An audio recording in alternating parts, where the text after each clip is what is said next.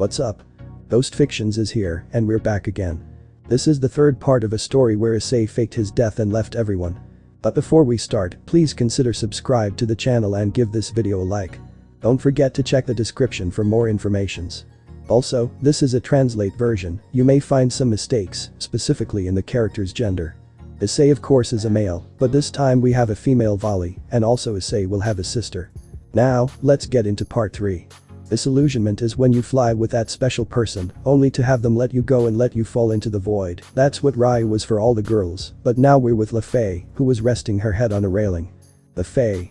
I still don't understand why Haidu-sama helped us, I can't understand. She said to herself, as she felt unable to mention the name of the elder Haidu. It was because I begged for you even when you really didn't deserve it. Soon Lefei came out of her thoughts and looked at her older brother Arthur seriously. Lefei. Why would he help you? He said he was going to let us die. She said with her gaze downcast, since Azazel had told her that.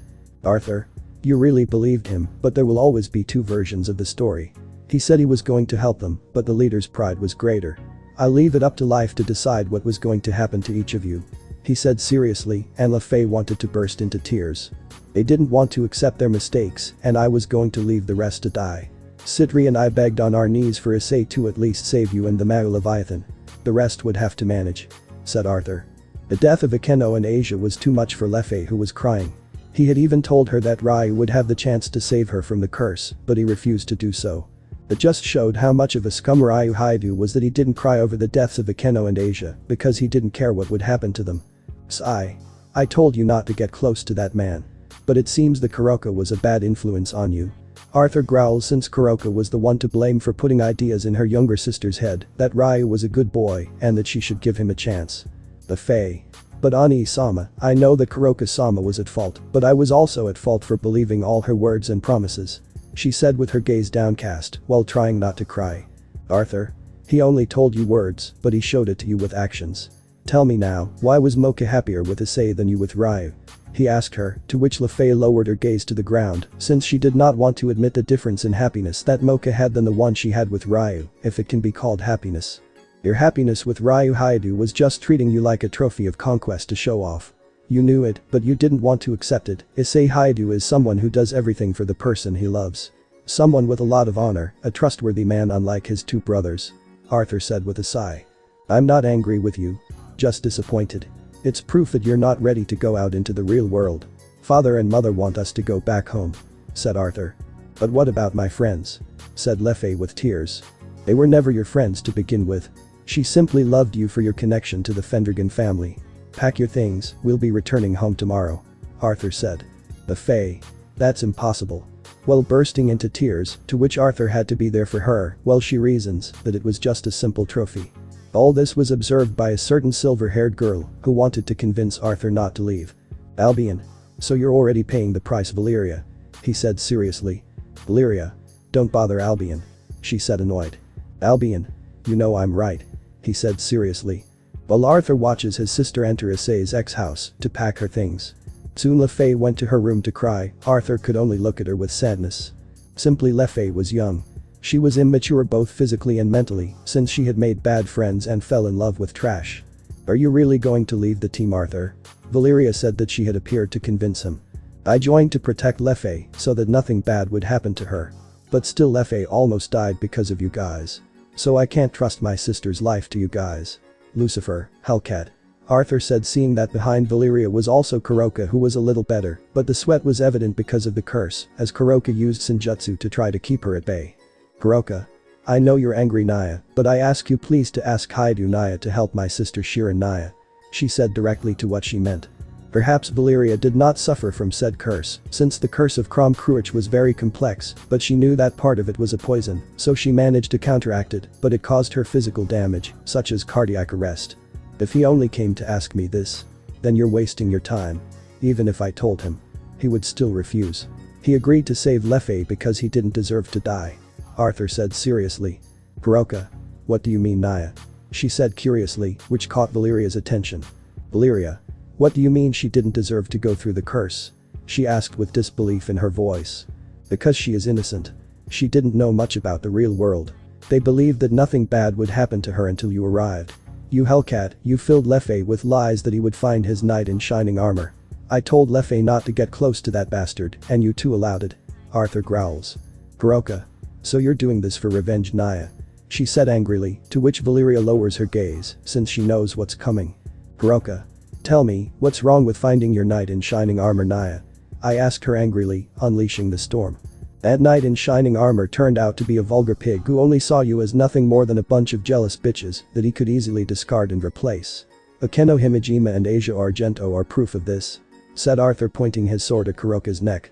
If you wanted to be whores with him, I won't stop you, but if you involve Lefei, there I consider you my enemies. And not just me. The Pendragon family will go after you. Arthur growls. Valeria. Now I understand why you always interrupted Ryu's attempts by going too far with Lefei, she said coldly. Arthur. Maybe you're right, but you know, I always received complaints and mockery for being a siskin, but I accepted, since I protected my sister from a pig, since sometimes the person you know is not as they are painted. He said seriously, which touched a nerve in both of them. KUROKA. Then why did you have Ryu Naya's mark?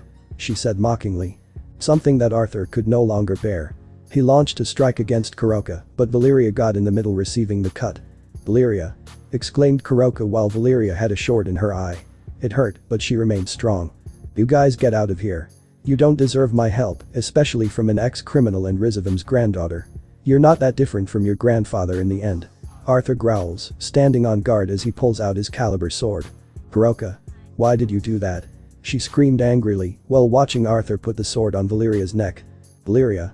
I know we made mistakes, but it's not wise to forget, she said, but Arthur knew that Valeria was marked by Ryu, so that no one would dare approach her. They only had minor friction, but they never took the next step since she got scared instantly and made excuses, as he knew, let's say that drunks always tell the truth. That doesn't matter anymore, just like Biku. He resigned, Team Lucifer is finally disbanded. Arthur growls as he puts away his sword to return to the former Haidu home to see Lefei leaving Valeria, who began to vomit blood. Okay, what's going on? KUROKA exclaimed. Albion. It seems that your own curse has arrived. Albion said in a dark way, scaring KUROKA and angering Valeria. Valeria. But that's impossible, you could counteract the curse, she said, before vomiting blood again. Albion. This had to happen sooner or later, since you cheated on Issei with Ryu, since he did not take the next step, but it was really you. This should not be happening unless Drake is sealing the old feelings he had for all of you, he said seriously, to which Valeria knew very well. She deceived and gave her heart to Ryu, to which Ryu's mark appeared on her body, since Ryu had to defeat Issei to be his partner, but everyone knows how it ended, and the law is that Valeria must return to Issei's side, or receive a punishment for being with someone weaker than Issei. That curse is called punishment of betrayal, when a dragon cheats on his partner for another. This curse is activated to kill the feelings of its bearer. He will be unable to feel love for someone. He will simply be dead in life, said Albion. Such a punishment would mean that Valeria would never be able to love or feel attraction for someone, and would make it so that males would not feel attraction for the bearer of that curse either. Valeria. So this is my punishment, Albion, she said with her gaze down, while tears fell from her eyes. Albion. I warned you, love is chosen with the heart and not with a damn fever. Albion scolded him, since for him Valeria was a daughter and he had to make her see reality. I'm doing everything I can to keep you alive. But nothing more, I'm not powerful enough to just make that curse disappear, said Albion. In the end, everyone was silent. KUROKA also cried since Issei was no longer going to help her like before, and Valeria knew she would die in a few days. It was simply her fault. He could only blame himself for everything that happened. Several days later. Teep's castle. The Damperito of the Teeps clan could be seen, who was walking with her gaze down, while she remembered a conversation between her and Riaz, in addition to the fact that Ryu only liked to make her brother suffer, destroying his image. Flashback. The room could be seen with Valerie Teeps, who was arguing with Riaz, who wanted to make the Teeps heiress reason. Riaz. I know Ryu behaved very badly with you, but nobody is perfect, she said, while apologizing on behalf of her fiancé, while Valerie just pointed at her and took out everything she had inside. Valerie. And can't he come in person to apologize to me? Valerie said coldly. Riaz wanted to speak but fell silent. Valerie. That's what I thought. Also, why does he insist so much on wanting me to be with him, not just with me, but with all the girls he meets, saying that he is perfect, as if he were their god? Valerie said. Riaz. But it is, Riaz said, well, this was seen by Biku, who was eating popcorn. Biku. Now I understand women, why they love drama. he said, while holding a banner that said Team Valerie, which was ignored by the two. Valerie. Look Riaz, I'm not going to be the girlfriend of a dirty jerk whose only thing that makes him high is his ego. She said angrily, while Riaz got angry at how she referred to her fiancé. Valerie. Besides, I'm like you and your mother kiss the ground where Ryu steps. Because he's horrible, you just see them as cattle. Said Valerie. Valerie. So you have no right to force others to fall in love with that trash. Said Valier, finishing packing her things. Riaz, do you really think he sees us as mere cattle? She said angrily, while expelling her demonic aura. Valerie. Yes, some problem tomato hairs, the only thing you are good for is throwing tantrums. She said angrily, as she began to expel her power, while Biku could only drink soda, where he got it from, no idea. Simply put, Valerie's power far surpassed Ria's, causing her to deactivate her power out of fear. Pathetic. You stop training because you know that he is always there to protect you. I am beginning to believe that the title of high-class devil is earned with money and not with effort. Valerie said coldly. Biku? That must have hurt, even the ointment from the bell won't heal that. While making a gesture of pain. Riaz. You're stupid, you'll come back begging me to let you join Ryu's harem. She said angrily. Valerie. Ryu this, Ryu that, that's the only thing you know how to say. She said mockingly, while Biku marked on a board, Valerie 1.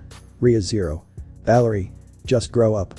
Because if not it will be too late and there will be no turning back. I'm telling you as a friend. Goodbye. Valerie said as she left a humiliated Riaz behind, while Biku smiled when he saw that Valerie was not like Riaz and Valeria. End of flashback. Giving a sigh, Valerie had learned of the situation in the underworld and everything is already chaos with Ryu falling under the curse of his sacred gear after being defeated by Issei. In the end. She was right to abandon Ryu since she heard how two girls that Ryu loved died. Valerie. Because I can't help with that stupid curse of that stupid Ryu. She said annoyed while she looked at the cup of the Sephiroth Grawl and then threw it to the ground.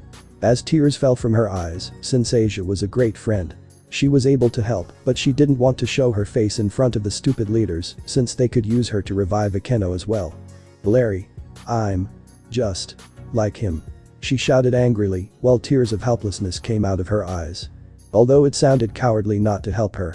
He knew the leaders would threaten to go to war against his faction. Also. Asia died and that depressed her, and she was angry that Ryu refused to help those he claimed to love and Issei for not saving Asia as she could. As the Sephiroth Grawl was seen fading, but at the same time a black feather fell, while the liquid of the Sephiroth Grawl lit up. Where had that feather come from? No one could answer that question. Maybe it was just fate or coincidence. Valerie. Why am I so weak? She continued screaming, while tears fell from her eyes, while in front of her she saw a figure, which approached Valerie. Is it because she is insecure? Because you are weak. She must leave that insecurity aside. Said that figure, making Valerie look at who it is. Valerie. Insecure, you're right. Without realizing who she was talking to. Also, it seems that you are confused, resentful and jealous. She said, while I easily read the girl in front of her. I see that Valier looked at the ground, apparently he had made the right choice. While Valier could only cry in silence since apart from being insecure. She was resentful and envious of someone. Why do you feel that way? He asked her, while Valerie was about to say something, then saw someone's feet and looked up and saw a girl with black hair and purple eyes, as well as angel wings, wearing what looked like a very simple white dress. An angel? I guess in the end I'm not so different from the others. I'm the same as Riaz, the same as Ryu.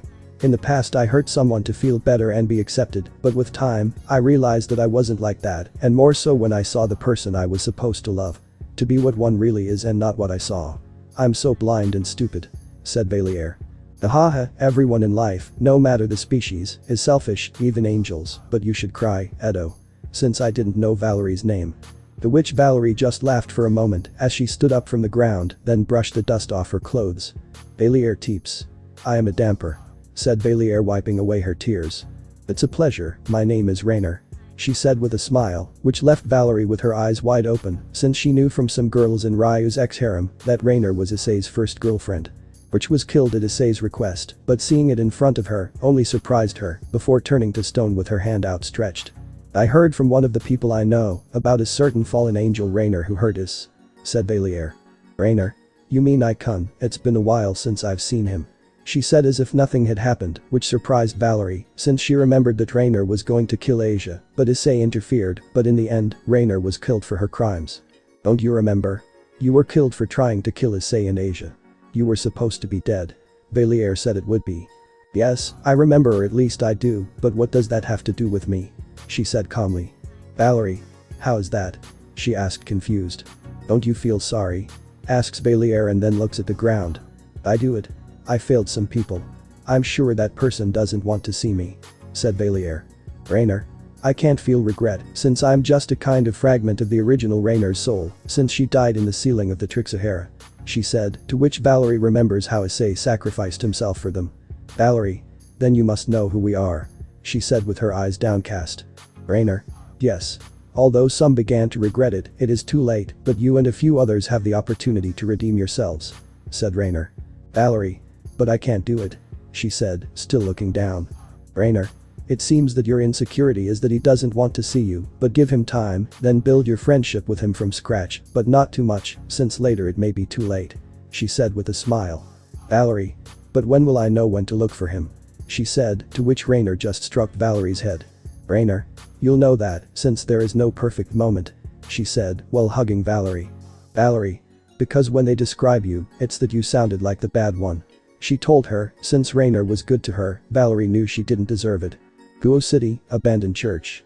Loneliness was the only thing that could be breathed in a cemetery. Next to it there was an abandoned church. Perhaps this was the beginning of the supernatural problems that affected the Haidu brothers. Issei. How could they smile after this had happened? She asked no one. That's what it seemed at first glance, seeing in front of her two graves with the names of Goro and Miki Haidu. Issei. We ruined our family, starting with Issei. She said, while tears fell from her eyes. After Asia's death, he had distanced himself from everyone. They were not in the mood to talk and smile. It had been difficult to find a place to bury Asia with her real parents, but their bodies were never found. So she had to do the burial herself, since no one had shaken her hand at Asia's burial, as the leaders were busy with the matter of the alliance with the German faction. At this moment, Issei put the shovel down beside her. She was covered in mud. Her eyes dull and with dried tears, staring blankly at the tombstone beside her parents, Asia's tombstone. She was young. She had her whole life ahead of her, and she and Ryu killed her. That was the karma I received. Issei. I'm an idiot. I should have taken care of Asia. I shouldn't have let Asia get close to that damn Ryu. They had abandoned the word Oni-chan for Ryu, since they felt great hatred towards him. I remember the moment when Issei met Asia, to which she said that she was going to take care of her, as if she were her younger sister, since she was the only daughter, but instead of helping her improve, she ruined her completely. Issei. It was all my fault. She said. She wanted to scream, but then she saw two graves with her naked eye, but when she saw that there were flowers that had not withered, she decided to approach them. They had a writing like this. For the best teacher whom I consider the father I never had, the one who taught me that love heals any wound. Masayomi Yagaki.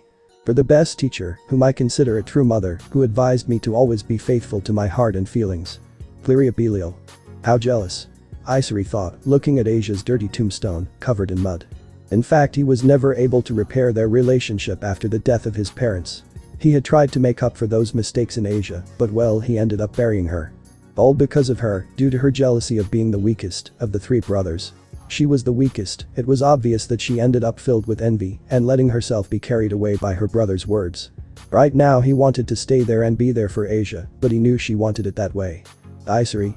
Asia, I know you want me to continue with my life, at least allow me to continue visiting your grave and bringing you flowers. She said to the wind. But the names of the graves seemed familiar to him, but he could not remember where, so he could only see that whoever was taking care of them was doing a good job, to which he could shake his hands. Issei. You will pay dearly, Ryu, for ruining our family. She said angrily, while tears fell from her eyes, in addition to an anger too great accumulating. Tiamat. Issei, don't let yourself be carried away by anger. She tried to reason with her partner, but she didn't even listen to her. Apparently he had learned that Drake had told him that Ryu could save the girls from the curse to save himself. But Ryu refused to do so, as little by little, the girls were dying. And Asia was the worst offender. There was no point in holding a grudge against Issei, but there was a point in holding a grudge against Ryu. And what better way than to leak the information of Ryu's lies to the underworld and the supernatural world?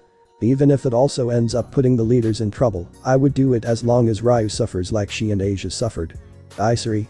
The only way to ruin someone who boasted of being the best is to ruin his image. He said, while looking at his sacred gear, since with a spell he could project his memories. Issei. Tiamat, I need you to project all my memories to all factions. She said seriously, while Tiamat tried to make her reason. She was going to refuse, but you should never underestimate someone who was once human. Do it or I will cut you with the Ascalon as many times as you want until you listen to me. Issei growls. Apparently, Issei's mind had been filled with a strong revenge. And Tiamat had no choice but to do so, since her companion was gone. Asia's death had broken her inside. Since Ascalon had it in his power, Issei, since even if it was broken, he could repair it with his energy, to which he decided to hide from the factions. Tiamat. It's okay, partner. She said in a low voice, while the negative feelings of her bear grow rapidly. Issei. You will pay dearly, Ryu. This would not have happened if you had freed Asia from this pain. She said, in her voice you could notice the madness of this. Tiamat. Curse, you are also going to pay Rias for all your crimes, she said, while remembering the curse that her bearer suffered because of Rias. Issei. It was all your fault, Rias. I became the worst thanks to you. She said, as she fell to the ground, while crying. Tiamat was hiding a cruel truth, since if Issei had taken care of it herself before being reincarnated as a demon, but only one thing can be said related to Issei's nightmare, and that is Anaxitis. A week later, Biku was walking in the living room of Falbium's home. She was tired and sad about how the situation was becoming. Since Lefay's incident, Arthur has finished with Team Lucifer. This caused the group to disband despite Belier's pleas. And to top it off, I didn't know how Issei would take it when he discovers who was responsible for the death of the heiress of the Itohim family. If the Itohim clan found out, there would be no doubt that they would abandon the weak, sweep the land, and want the head of the person responsible. Biku looked at the necklace. He knew who the necklace on Akari Itohim's body belonged to. While Ijuka could be seen reviewing some documents, referring to the Council of Elders, since in front of him was one of its leaders. Council Elder. You have found evidence of the murder of the heiress of the Itohim clan. He said, to which Ijuka sat back in his seat. Ijuka. No, the only thing we could find on his body was a necklace that hid his physical presence. He said, to which the elder nodded. Ijuka. His power had traces of Senjutsu energy, so I sent Biku, so that Sun Wukong-sama could track the magic and find the culprit. Said Ijuka while the council leader nodded while drinking his tea. At that moment the door opens revealing Biku, who was sad but serious. Biku. Good afternoon, Mayu and council leader. He said respectfully. This surprised Ijuka, since Biku never said that. Ijuka. Come in, Biku. He said, to which Biku upon entering, closes the doors, which intrigued the old man and the green-haired Mayu. I suppose you already have the results that Wukong-sama found in the necklace. Said Ijuka while Biku gave him a photo. Yes. The necklace seemed familiar to me when you gave it to me in front of Ijuka-sama, but after finding the result, now I know who it is. Said Biku. Ijuka looked at the photo until his expression turned cold. The leader took the photo and was surprised. The photo was KUROKA Hellcat. Ijuka. Are you sure it's her or are you trying to frame her for what she did to the Sekiryute? He said seriously, to which Biku only gritted his teeth. Biku. If you don't believe me, you can talk to Grandpa so he knows I'm telling the truth. He said seriously, to which the old man, seeing Biku's attitude, realized that he wasn't lying, but he couldn't be trusted. Council Elder. You can contact him to clear up our doubts. He said, to which Ijuka didn't know what to think. He silently began to create a magic circle. He waited a few seconds to see Sun Wukong, who was smoking. Hey. What's wrong, kid? Something happened. Said the old monkey, who finished smoking his pipe. Biku. That's right, old man, it seems that they don't believe the person who gave the necklace to the heiress of Itohim. He said seriously, to which Sun Wukong sighed. Sun Wukong. Pass me Ijuka. He said seriously, while he still put his pipe aside. Sun Wukong. I suppose you are in doubt about the result. Even though you asked me, sigh. I should have come in person to give it to you. Sun Wukong commented to Ijuka. Ijuka. So what young Biku says is true. He said, unable to believe it. Sun Wukong. That's right, the one who gave this to the heiress was KUROKA Hellcat. He said seriously, while the council elder listened to this. Ijuka. But this is impossible. She already was interrupted by Sun Wukong. Sun Wukong. Besides, I realize that the necklace has magic residue, but more specifically like charm magic. He said, as Ijuka thought of something, but the council elder beat him to it. Council elder. Then someone else helped Miss Hellcat. He said coldly. The magic residue is so low that it makes it difficult to find out who it is, but KUROKA's necklace and Senjutsu make her responsible. Said Sun Wukong. Where is she? Ijuka said to Biku. He's at the Citri hospital taking care of Kaneko. Said Biku. Sigh. Send this to the Itohim clan. Tell them that we have already found the culprit and there will be a trial where they will participate. Said Ijuka. Council Elder. You can use as many men as necessary to arrest the culprit. He said, since the Itohim house was very important. Ajuka. Thank you for your permission. He said as he stood up from his seat. Citri Hospital. KUROKA was fine now, little by little her curse was diminishing because she finally stopped feeling anything for Ryu. But the same could not be said of her sister Shirin, who was bedridden. Both she and Kaneko had lost the ability to have children because of Ryu, their dream of repopulating their race went down the drain. KUROKA. Damn you. She said in a low voice. Kaneko. KUROKA ni sama, it hurt so much. He said in a low voice, but thanks to KUROKA's ears. She heard him perfectly. She blamed herself for not taking good care of Shirin, because of her little sister she was going to die. As much as he wanted to scream, he couldn't. He could only stroke her head to calm her down. It will be fine soon. I will never leave you, I will stay with you until the end. Said KUROKA. Kaneko. Thank you KUROKA ni sama, but why don't you go see Valeria? She said curiously, since KUROKA told her about Valeria's condition. KUROKA. She'll be fine Naya. She's just tired because of everything that's happening. KUROKA said. Kaneko could only remain silent until the door abruptly opened and several soldiers of the underworld demons came out with their spears pointed at KUROKA, who was in shock. What the? Exclaimed KUROKA, standing up on guard to protect Kaneko. But the guards opened a path to let the person responsible for this through. Miss KUROKA Hellcat, you are under arrest for the murder of Ikaria Tohim. He said seriously while looking at Ajuka. Next to him was Biku. Something that surprised KUROKA and Kaneko, who tried to get up to help her sister but vomited blood because of the curse. Shirin. He wanted to go help, but the guards pinned him to the ground while placing the anti-magic and anti-senjutsu handcuffs on him. Ajuka. Don't be discouraged, don't make this more difficult. He said coldly as he began to give off an aura that scared the Nico. Ajuka. I thought we would remember not to kill humans when Hellcat was forgiven, but I see that you are not able to keep your word. Ajuka said coldly. Because of KUROKA right now I would make the Itohim family want to go to war with the factions. KUROKA. But I didn't kill her. She said while continuing to resist since they had lifted her from the ground. Ajuka. So how do you explain this? He said while showing the necklace in a bag.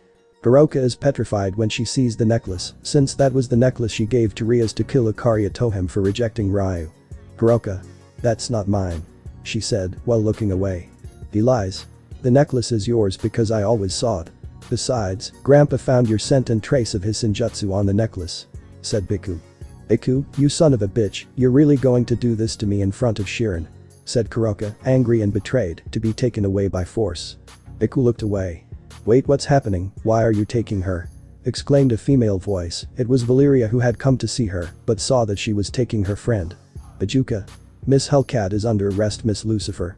He informed the Albion carrier. Valeria. That must be a misunderstanding. She refused to believe it since KUROKA hasn't done anything wrong. Valeria. They have no proof. She said, to which KUROKA knew that those words were going to drive them crazy. She wanted to go and take KUROKA out, but Biku stood in front of her to stop her. She has to pay for what happened with Akari. She was my best friend, so stay out of this. Growls Biku. Biku, because you. Valeria whispers. Biku. Because he betrayed us, we were partners. Exclaimed KUROKA furiously. Just pray that Issei has mercy on you, Miss Hellcat. Because when he found out about this, I don't want to have him as an enemy. Ajuka commented, knowing how important Issei was to Akari. KUROKA. But I didn't do anything. She said angrily while tears came out of her eyes. Valeria. Let her go. She said, but when she saw Ajuka's hand where KUROKA's necklace was, only to freeze as he did Ajuka with KUROKA's necklace, only to shrink back. But it didn't end there because he heard someone's angry scream. So Akari's death was your thing, Hellcat. There you could see Issei furious and angry with the boosted gear on his arm, wanting to go towards KUROKA. Issei waits. Ajuka tried to speak while Biku and the guards held Issei back. It wasn't enough for you to deceive me and hurt me, you also killed those who were important to me like Akari. I should not plead for your disgusting life, crappy cat. I waited for you and Kaneko to go to hell. Issei shouted furiously. How did you find out? Let's say that the elder of the council, in order to gain a good reputation with the Securitate, decided to send you a letter. Issei. I'm going to kill you in the worst way possible. KUROKA. He said angrily, while the boosted gear could be seen shining, but not one of hope, but one that attracts death itself. KUROKA was crying, it hurt her to see that Issei, the person she loved the most apart from Ryu, told her those words. She didn't want this. She didn't want to end up like this. KUROKA. I didn't do anything. She said between tears, but Valeria knew the truth. Issei. You know, I do believe you. He gave hope to those present, but Biku knew very well what Issei would do. "But my sword doesn't believe you," he said with a crooked smile. "Issei. And that's why I will kill Kaneko. You killed Akari, now I will take away what is yours." Issei threatened, horrifying KUROKA. "KUROKA. It wasn't me, I just created the necklace, I already said it, I just created the necklace," she said between tears, while admitting the whole truth so as not to hurt her sister. Issei. "Then who was it who is the real responsible?" Serious, while his sword disappears. KUROKA was silent, making Issei calm down. "If you tell me who it was, maybe I can save Kaneko. Just her. Come on KUROKA, for once in your miserable life, do the right thing," Issei said seriously. "KUROKA. You promise?" she said excitedly, but only Biku understood the brown-haired boy's words. "Issei. I promise," he said seriously, to which KUROKA cheered up a little. It was Ria's. She wasn't happy that Akari rejected Ryu. "So she turned to me to make her a necklace that could cover the scent of other men from you, because she knew you would interfere. I thought it would be a joke, but I didn't think it would go this far," KUROKA said and then cried. That surprised everyone, and Issei was silent as his hair covered his eyes. "Dreg. Buddy," whispers Dreg. "I believe you," Issei said to look at Ajuka. "Take her," Issei said coldly. Wait. He's not going to save Shirin," KUROKA said. "Not a chance. Remember when you broke up with me? You said that I was soft and kind and that I should be more cruel like I am with Ryu. Well, let her save herself because I'm not going to do it," Issei said as he turned his back on KUROKA. "KUROKA. You promised, dragons never break their word," KUROKA said. She thought she could force him. "Issei. I told you I would think about it, I never promised I would or I'm wrong," he said, to which everyone understood his word. "KUROKA. But," she was interrupted by Biku. "Biku? He's right KUROKA, seriously how low have they fallen?" he said with pity. "KUROKA. I don't need your pity," she said through tears. This was seen by Kaneko, who was watching as KUROKA was arrested, while the brunette only turned to look at her for a few moments before looking back at KUROKA. "Goodbye," Issei said so that the guards would take her to KUROKA by force while she cried and begged. "Issei," Biku said, but Issei turned his back. "I just want to be alone," Issei said before leaving. The moment Issei was about to leave, he suddenly felt a killing intent blocking a punch from someone Issei knew who it would be. "What does Lucifer want now?" Issei growls at Valeria, crying and angry. "Valeria. Tell me why you do this to KUROKA, it's not her fault," she asked him while waiting for an answer from the brunette. "Issei. It's not her fault. She helped someone kill Akari, the only person I could have loved with all my heart. It's something that you interested people wouldn't understand," Issei roared, punching Lucifer in the stomach, causing her to fall to the ground. "Valeria. But Issei, you are kind and a good person, you gave everything to protect us," she said in a low voice, not knowing that bothered the brown-haired boy. "Yes, and you are ungrateful people who do not value anything about me. I gave everything to you and you gave me nothing. Nothing. Instead of thanking me. He wallows with Ryu, that's why you are the same as your grandfather, no, you are even worse than Rizavam, at least that old man had honor when it came to fighting, but you are the scum that I hate the most," said Issei. "Valeria. Don't compare me to that idiot," she said annoyed, about to slap the brunette, but he stopped her hand. "It's good that your mother died because she would commit suicide seeing you as a whore for Ryu," said Issei to hit Valeria with a knee to the stomach, making her fall. "Albion, stop Valeria before she does something stupid," Issei said. "Albion. Stop right now Valeria, you will only hurt yourself more," he said to his carrier. "Valeria. What the hell are you talking about?" she said angrily, as Albion was looking for a way to get her to withdraw from the fight and not lose to Issei. "I used to admire you but now. TCH, it disgusts me to see you," Issei said as he left Valeria, whose heart broke when she heard him. "Valeria. That's a lie." She refused to listen to Issei's cruel words. At this, Albion knew where Issei wanted to go, since the only way to get rid of your former partner is still a style that few know now, since only dragons know it, the style of a true dragon, the legendary Drag Sama style to reject a Dragoness. Valeria tried to extend her hand to Issei, who was walking away. With each step that Issei took away from Valeria, the tears had fallen. "I'm sorry, my friend, but I couldn't love your partner anymore, since the curse made Issei no longer feel attraction towards you," Albion said with sadness, since due to Issei's cold rejection, the curse increased. "Valeria. It's not true, it's not true." She refused to believe it, but it was the cruel and harsh truth. "Albion. This was because of your mistakes," he said to his carrier. Valeria began to cry. She silently cried in the hospital while Biku walked away, and Kaneko, well, she had gone to bed sad since Issei already hated her. Guo Cemetery. The brown-haired teenager, standing while sighing sadly. Issei just sighed as he looked at the Haidu family tombstone with his grandparents. I really don't know how to face them. No matter how hard I try to take care of him and give him everything, I feel like he's only getting worse. Ryu doesn't listen to me and causes problems in Issei. I'd rather not have to talk about this. If you were here, I'd surely die of embarrassment. Issei whispers sadly. Comrade. Drake whispers out of pity. No Drake, I'm fine. I wish I wasn't so soft on them. They gave everything to them, and this is how you repay them. Issei thought coldly. The funeral had ended but he was the only one at the funeral to bury his parents, not even Ryu and Issei deigned to go to the funeral. All this got worse when Ria's grimoire came into his life. At first he helped him with his financial problems because of Issei who stole his money and accumulated debts. He even helped with household matters. But over time, Ryu and Issei's attitude worsened because of Ria's giving him complete freedom, and it made him weaker to control or set limits. She felt that she had already lost authority in her home with the arrival of the other girls to the Haidu home. Issei. Damn, if this continues, they'll end up doing something stupid. He said angrily while walking through the streets. Greg. Partner, you must calm down, if you continue like this, you will attract the attention of the grimoire heiress. He said, to which Issei knew he was right. Since Ria's wanted to have power and she didn't care how to get it, the brown-haired boy decided to hide everything he knows about the supernatural and pretend to be surprised. He had investigated the grimoire family and there he discovered Ria's ability. No matter how strong he was, he wouldn't be able to escape Ria's control, so he pretended to be weak so that Ria's wouldn't take him seriously. Ryu had probably gone to fuck his harem and Issei. She was supposed to be there to see Asia who would take her to the cinema to see a movie. And to his shame, he already knew where Issei would be. Issei.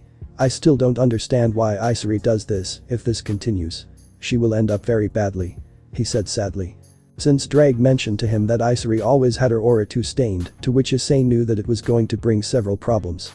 Until he arrived at what looked like an overly large house, it seemed like it belonged to a normal family, but for Issei, he already knew what happened in places like this. Issei. Drake, there must be a way to control Issei, right? He said, to which Drake knew the answer and Issei didn't like it, but it was the only solution. There's a way. But you won't like it. Drake commented, making Issei serious.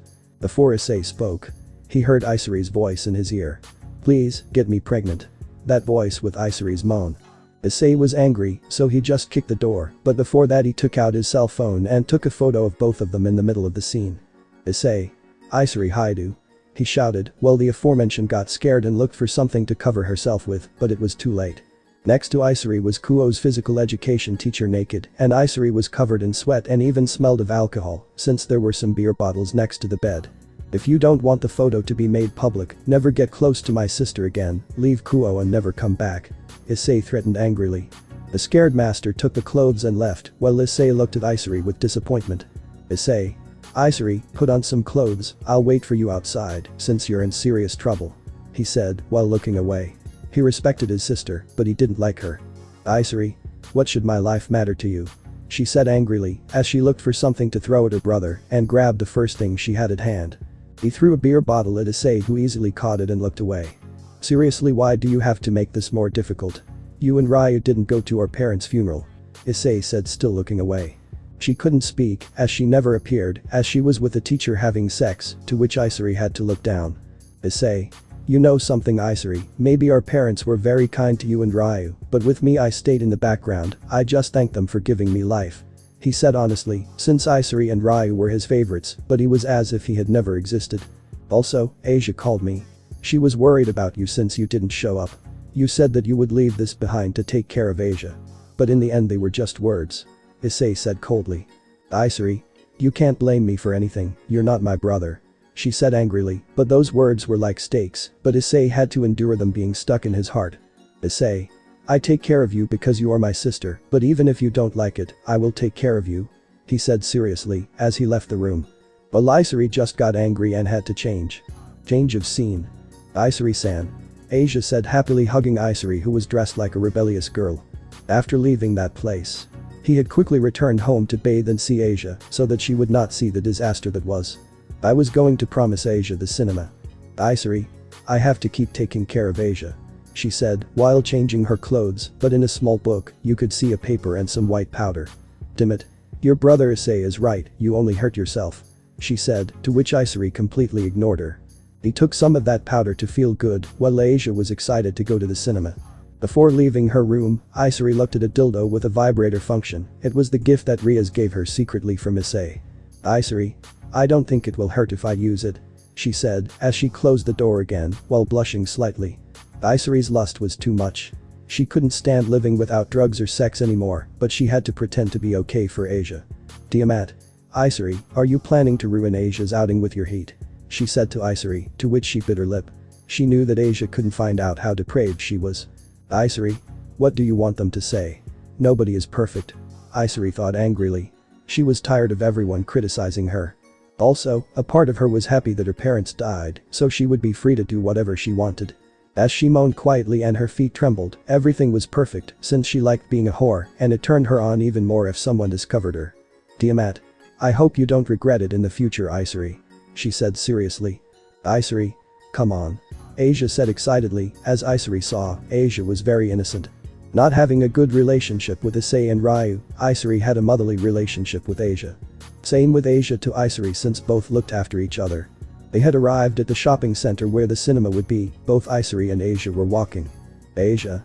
Thank you for accompanying me, Issei, she said with a small smile, to which Issei could only return said smile. He wanted to talk to her, but he knew that if he said anything, she might let out a groan. He cared about maintaining a puritanical appearance with Asia, but he must be careful with her other side. Calming down a bit. You're welcome. You got a good 10 on the test, that's why I'm going to take you to see a movie. Issei said with motherly affection, trying not to moan. Issei, I did it so you would be proud of me, said Asia to hug Issei, who had an ahagao expression with her eyes in the shape of a heart since Asia's hug had made the dildo touch her uterus. Issei, I am very pleased to be of help to you, she said with a look of anguish since no one was going to notice since she had used a magic circle so she could put Asia to sleep at ease. Asia. Me too, I really like helping her, she said with a smile, to which Issei could only say one thing. Issei. Me too, she said as she was about to run away. She silently ran away. If Asia found out, she knew she wouldn't see her the same way. Walking with Asia while her body was shaking from the pleasure, Issei had arrived with Asia to the seat, but Issei looked at the top of the cinema seat. The tall, muscular black man, eating but not just his appearance. Issei looked at the huge bulge that man carried in his crotch. Issei. I want him to break me, she thought in ecstasy while looking for a way to get his attention. But he had to be careful with Asia since he didn't want her to find out what he was really like, so he could only curse his luck. I already found a better place to sit, Issei said lovingly taking Asia by the hand. Seriously, Issei, Asia said curiously. If we go before the movie starts, said Issei. Issei used her demonic power to control them and make them give her their place. Issei. I'm sorry, Asia, but you need to help me be close to someone, she said in her thoughts. She is disappointed in herself, the answer is no. She would also put a sleep spell to make Asia sleep a little, it would only be for a little while. The movie had started and Issei was in the middle of the black man and Asia. Asia watched the movie happily, while Issei glanced at the black man's crotch as the dildo vibrated more strongly. Tiamat. Issei, don't do it. Tiamat tried towards into Issei. Issei. Shut up, she said in her thoughts, while turning to look at the black man's face, to which she begins to provoke him. Issei was shamelessly groping herself, while the black man stared at her with a look that wanted to eat her up. Asia started to yawn, causing Issei to hug Asia with a motherly look while stroking Asia's head to make her sleep. Everything had gone down the drain, for which Tiamat could only scold her host. Tiamat. Idiot, she said, while cutting off communication with the brunette. She would have liked her to be a host with someone but Issei, because Issei would have a worse reputation. Change of scene. Asia yawned and opened her eyes slightly to see Issei at her side. Issei. I fell asleep, Asia whispers in embarrassment. Issei. Hahaha, never mind Asia, the movie wasn't that good anyway, she said, but Asia could only look down. Asia. I'm sorry for falling asleep, she said in a low voice, to which Issei told her not to give it much importance.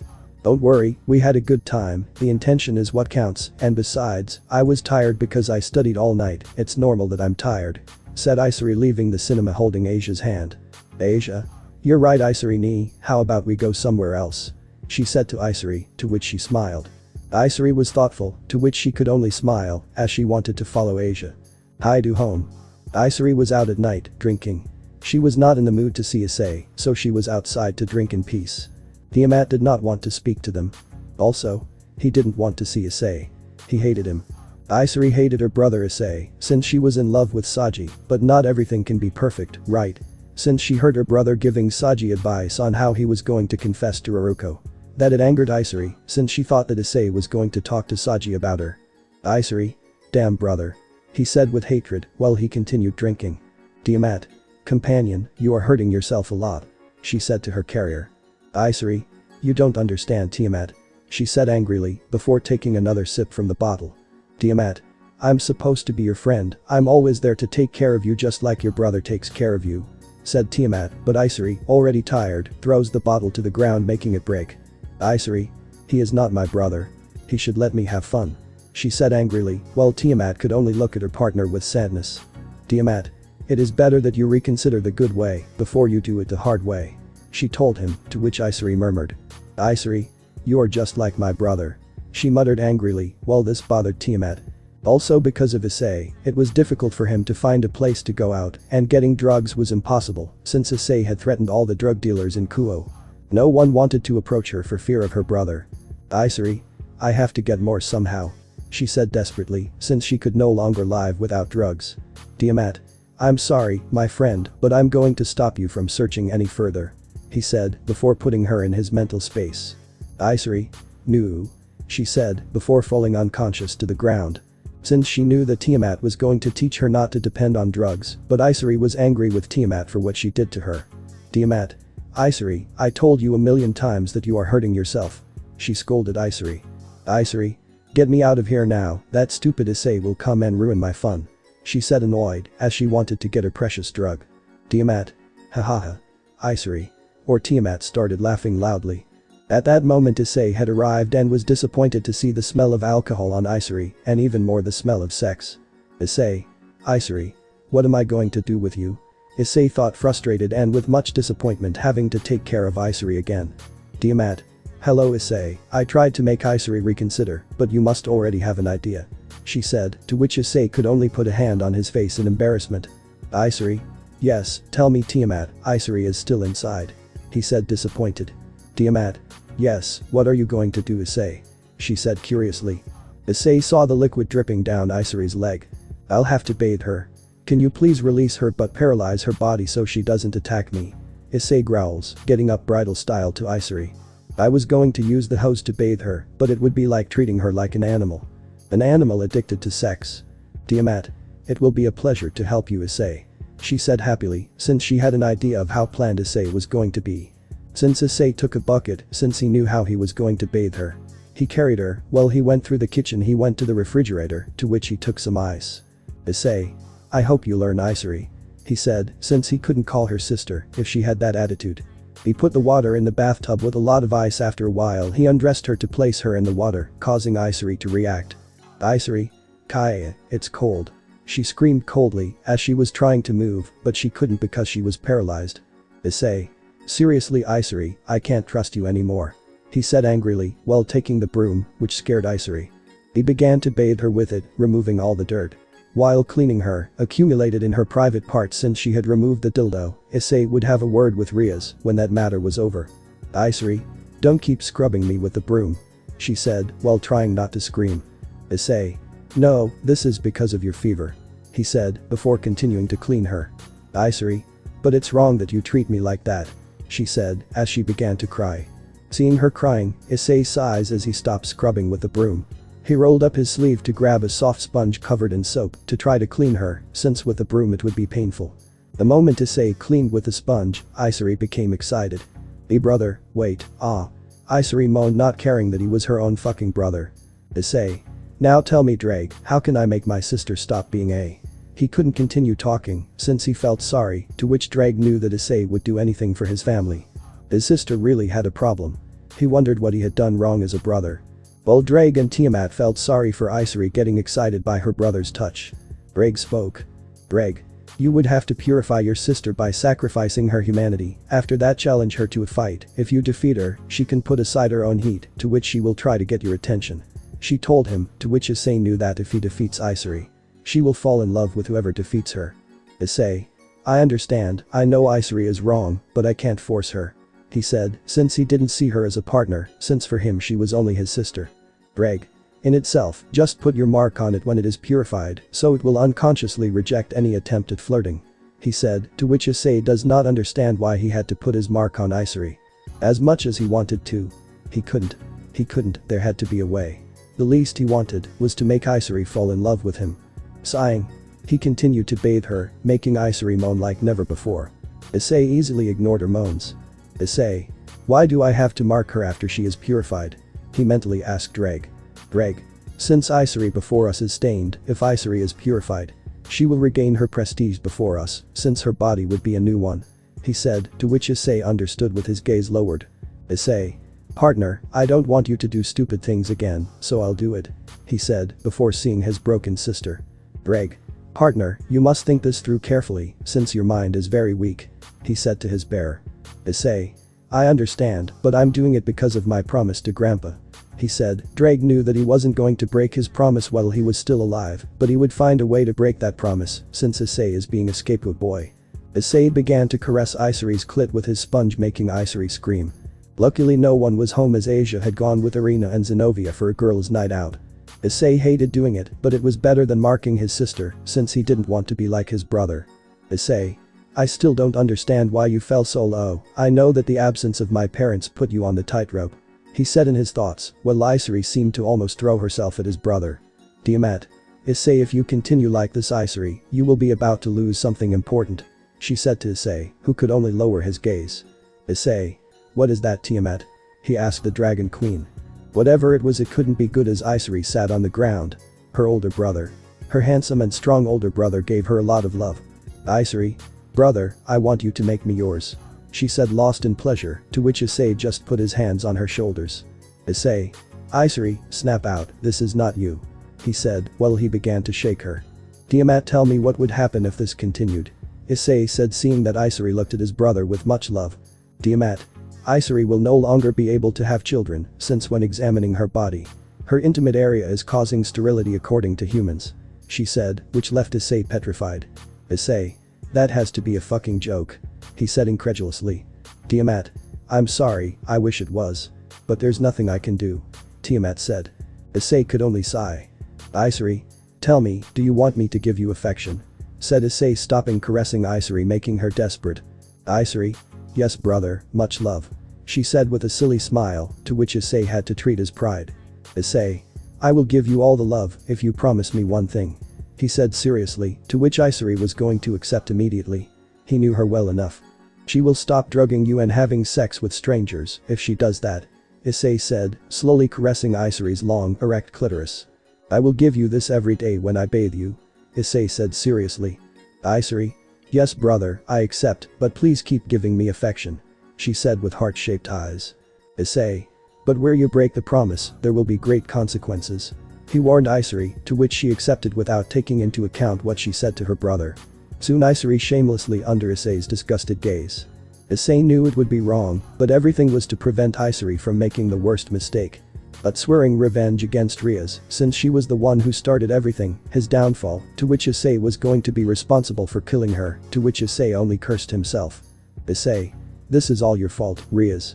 He said to himself mentally, while he saw what he had previously called his sister. Time before Issei arrived at the Citri hospital. Issei could be seen standing in front of a sort of assembly, made up of only men, who seemed to be angry, but more specifically frustrated for not being able to convince Issei. Old man 1. Damn, why don't you agree to come back with us right away? He said angrily, while hitting the desk with his closed hands in the form of a fist. Issei. And let them control me like their lapdog, no thanks. He said with a mocking smile, in addition to the sarcasm in his voice. With a sigh. He spoke coldly. Tell me why so much trouble to have me now. If they already have Ryu, who claims to be the strongest in the underworld. Said Issei coldly. Old man 2.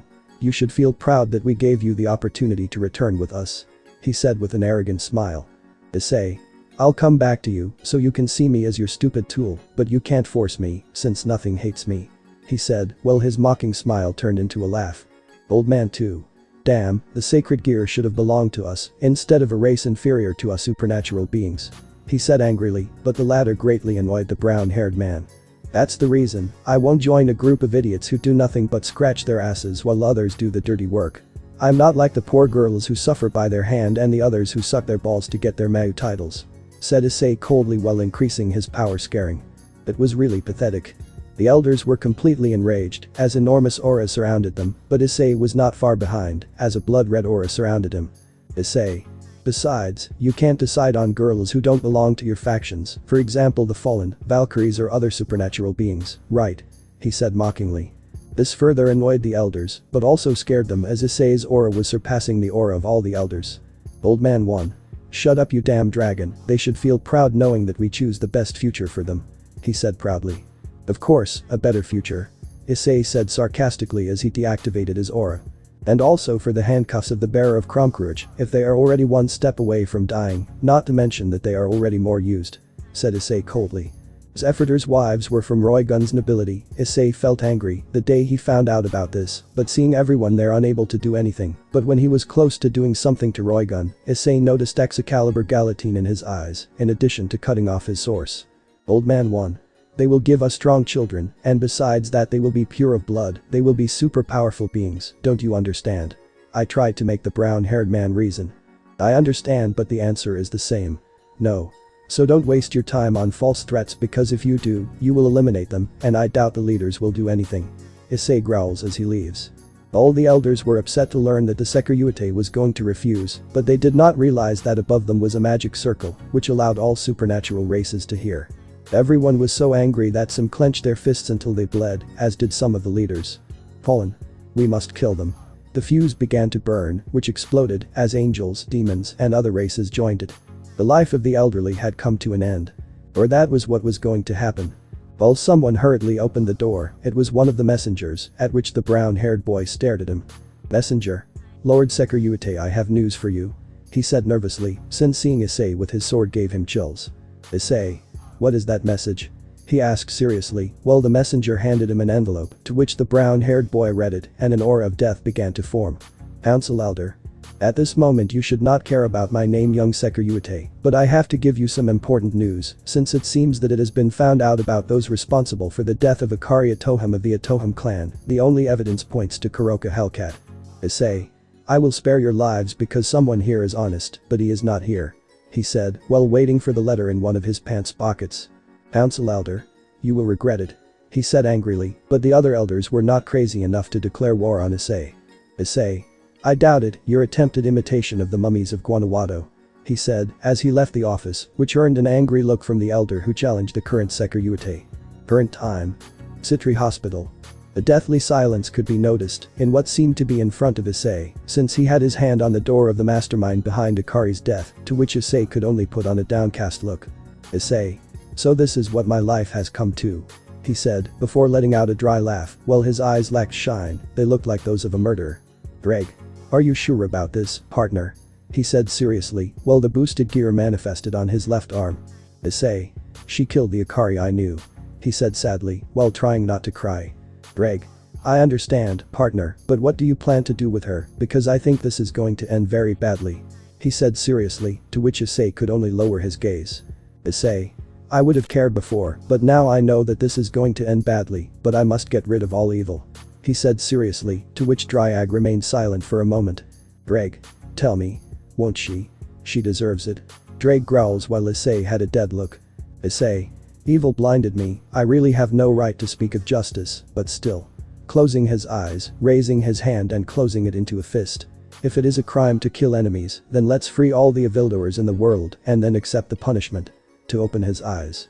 Greg. That's how you talk, mate. He said proudly. Meanwhile Riaz ran through the street of the underworld.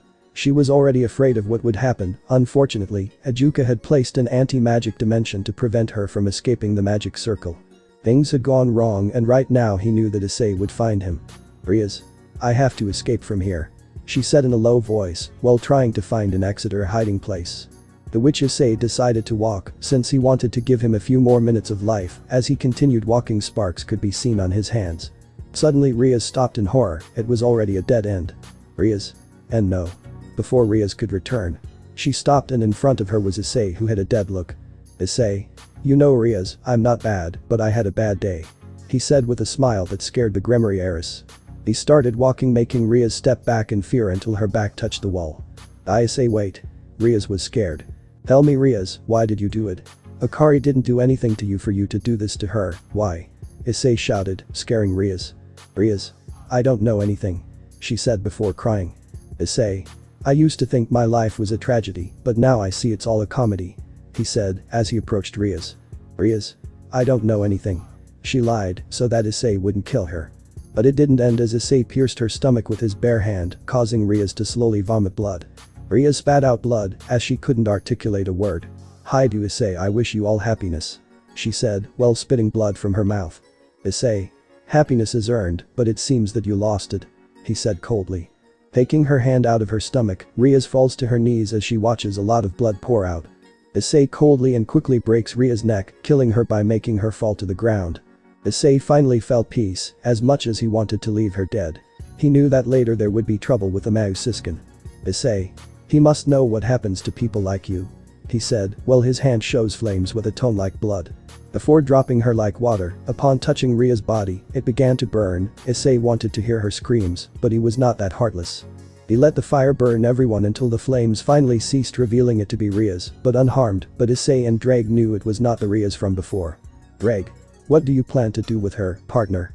He said to Issei, who upon seeing her, could only give a bored look. Issei. Sometimes people have to pay for their crimes, but I don't plan on doing what he did to Akari, but let's see if we can take advantage of this. He said seriously, while Rias disappears and a scorched body appears that was impossible to recognize. Change of scene, Cocytus. Ajuka was sighing as he walked accompanied by his soldiers. The Atohim were furious to learn the results of Akari's death. And of course the council gave the clan the authority to execute KUROKA, and the girls wanted to interfere to save their harem sister like Valeria. And it seems that the Atohim has already named the executioner. The Tohim clan leader. So she created the necklace so that we wouldn't find Akari's body. He said angrily, while watching KUROKA shiver from the cold. Ajuka. That's right. She's one of those responsible. He said angry and disappointed. The leader of the Atohim clan, Senju Atohim, had said to go in person to meet the person responsible for the death of his granddaughter. How is this possible? I understand that she is a criminal belonging to the Cows Brigade. Senju growls. Ajuka. Yes, but he was exonerated with his team, since they were double spies. He informed the leader. Senju. But forgiving her was the worst mistake. He said angrily, since if she were not forgiven, Akari could have been prevented from being killed. They allowed my granddaughter to die. She has ideas of what she caused. And I know she's not the only one, thanks to someone. She told us that the real culprit is the Mayu sister. She has to pay. Growled Senju. Ajuka. She can no longer pay for Akari's death. He said seriously, which brought the annoyance of the leaders of the Atohim clan. Senju. They plan to give him free will. He said angrily. Ajuka. That's not it, what I mean is that both his body and soul cease to exist. He said seriously, which confused the leaders. What do you mean? Senju said angrily, annoyed because it would take away his opportunity for revenge against Rias.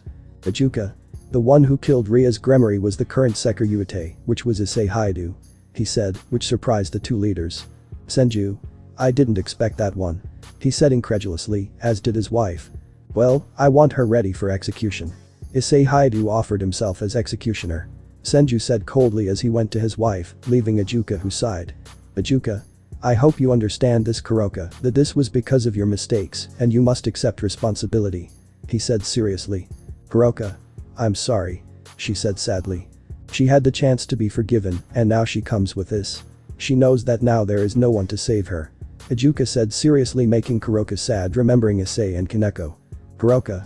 I know I made mistakes, but I just want you to give this to Shirin Naya. She said, while using her magic to create a magic circle that was a dimensional pocket from which a book came out. Ajuka. What is this book? I asked curiously. KUROKA. I won't be able to teach Shirin anything, I know I'm going to die, but I want her to learn to be the best in Senjutsu. She said sadly. Well. Prepare everyone because the execution will be soon. Said Ajuka, taking the book. KUROKA nodded as Ajuka left in a magic circle. Citri Hospital.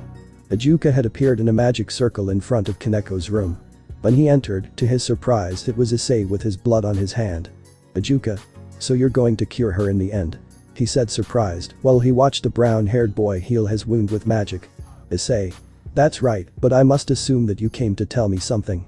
He said seriously. Ajuka. You're right. He said without games, straight to the point. Ajuka. The execution will be soon. Valeria is in the cell because she tried to help KUROKA escape. She will be free once the execution is over. Senju-sama wants you in the execution camp," said Ijuka. Issei listened silently as he injected his blood into the IV, causing it to head to Kaneko's body. Slowly her curse was disappearing, and Kaneko opened one eye tiredly. "Kaneko? Issei-senpai," she said tiredly, while trying to stay conscious. "Issei. It's been a while Taoju, or should I say Shirin Hellcat, Miss Hellcat," he said respectfully, causing annoyance in the Nico. "Whatever. I don't even want to be in the same room with you, I already finished what I had to do. She's alive because your sister wanted it." Issei said to get up from his seat and want to go to the door. "Kaneko? You can thank KUROKA ni-sama," she said, before peacefully falling back asleep. Issei just stayed thinking for a while, after which he just turned around, before leaving the room. "Ijuka. It's time to go," he said, as Issei retreated with Ijuka. Changes scene.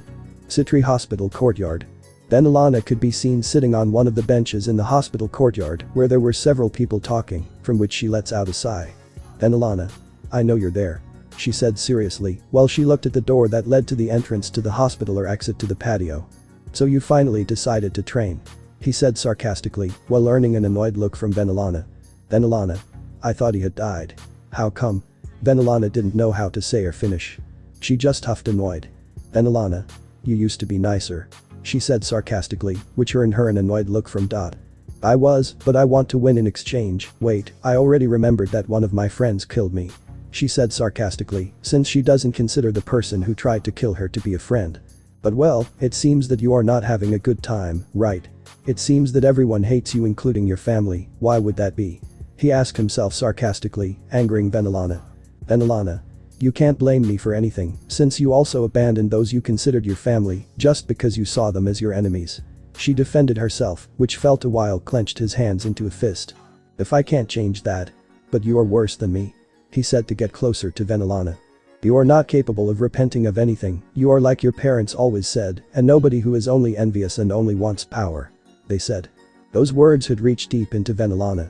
"Please just look around you, your own family is falling apart because of your ideal of power over everyone, that ideal led your daughter to death," he said with disappointment. Then Alana. "You're right, but you also got carried away by my ideal, or am I wrong, since you said that without power you are nothing, look at you now," said a descendant of the Bale clan mockingly.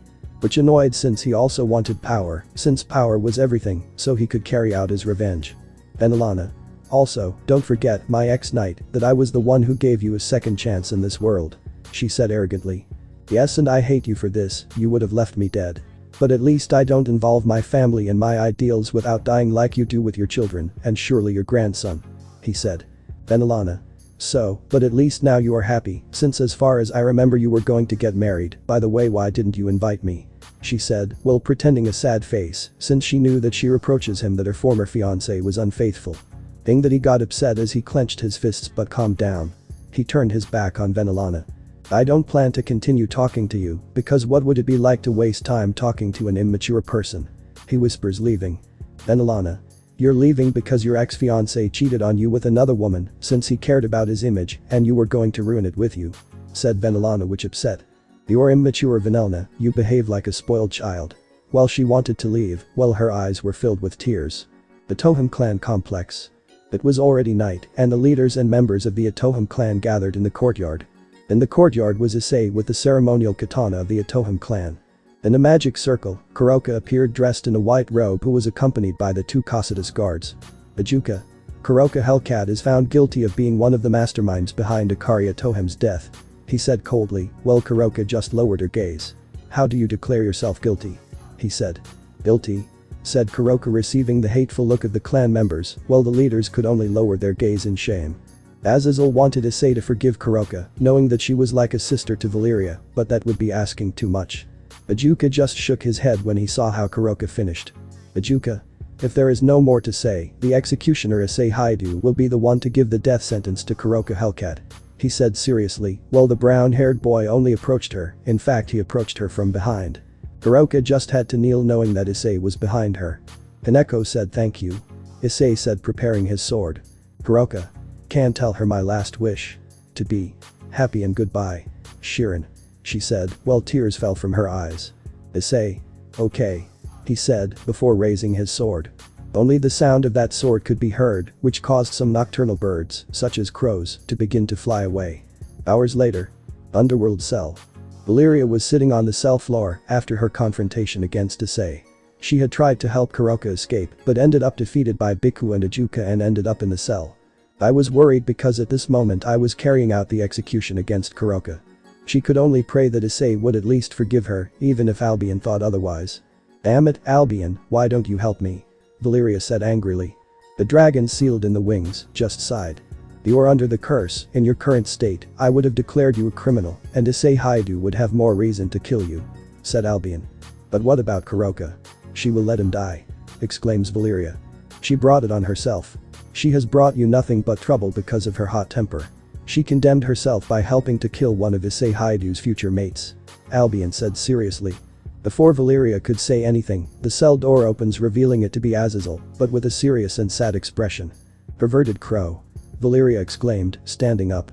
Your punishment is over, it's time to go back to Grigori. There is no time, I have to stop that execution, Valeria said, but Azazel spoke. The execution ended, KUROKA's sins were already paid, Issei forgave him in the end, but his sins were too great to be forgiven, said Azazel. Something that Valeria was silent about, in shock. Slowly tears came out of her eyes. KUROKA, the only one left from her group who never abandoned her and was like a sister to her, now died and went to the hands of her beloved. Valeria could only stay silent and cry, clutching the Azazel's suit that she could only hug. Iku, Arthit, Lefei, had left them dissolving the group, and now KUROKA died. Soon the place was filled with the heartbreaking cries of Valeria Lucifer. She hadn't cried like this since Rizavam killed her father and mother when she was a child. With Issei. Issei, after leaving the Atoham complex, had returned to the underworld and using his dragon wings. He watched from afar where he saw the Citri hospital but, managing to see well in one of the rooms, there was Ajuka in Kaneko's room. Apparently Kaneko had woken up and was still clinging to the book. It's a shame how it's ending, isn't it, mate? Said Dreg. Yes.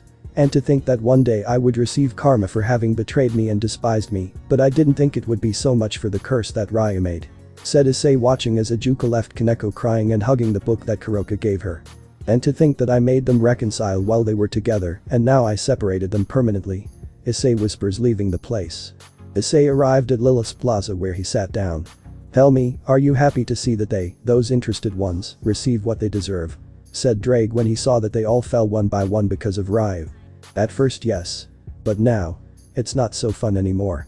In fact, it's sad how they who had their whole life ahead of them lose them for making those bad decisions, said Issei. I see. You're right, they've stopped being funny to me. Drake commented. Hardner, when you killed the Nekomata.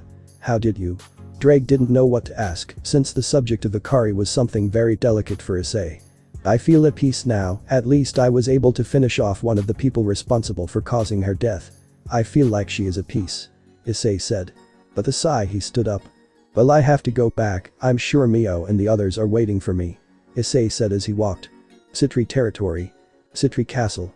Two people could be seen walking down a hallway. The one who appeared to be taller had an annoyed look on her face, while the one who appeared to be shorter. Leave me alone, One-sama, I'm not going to obey your orders that Ice-chan do this and Ice-chan do that, said Sona, annoyed. Serafal. But we need your help, she said to her younger sister. Sona. Seriously, it seems like I'm the oldest and you're the youngest with your tantrums, she said, annoyed. That bothered her. Accept it. He only saved you because I asked him to. He didn't do it willingly, please One-sama, your relationship with him is beyond repair, said Sona. Things that Serafal refused to do. She still had the chance to right the wrongs now that she had seen Ryu's true face. Serafal. You don't understand, Sotan, it's that if Ice-chan helps us, I can have a chance to get closer to him, said the Mau childishly. Sona. You're listening to yourself, she said to Serafal. Serafal was interrupted by Sona. Sona. Better not answer, I already have an idea. Sona shakes her head. Sona. Haven't you heard about KUROKA Hellcat's execution? He killed her without hesitation.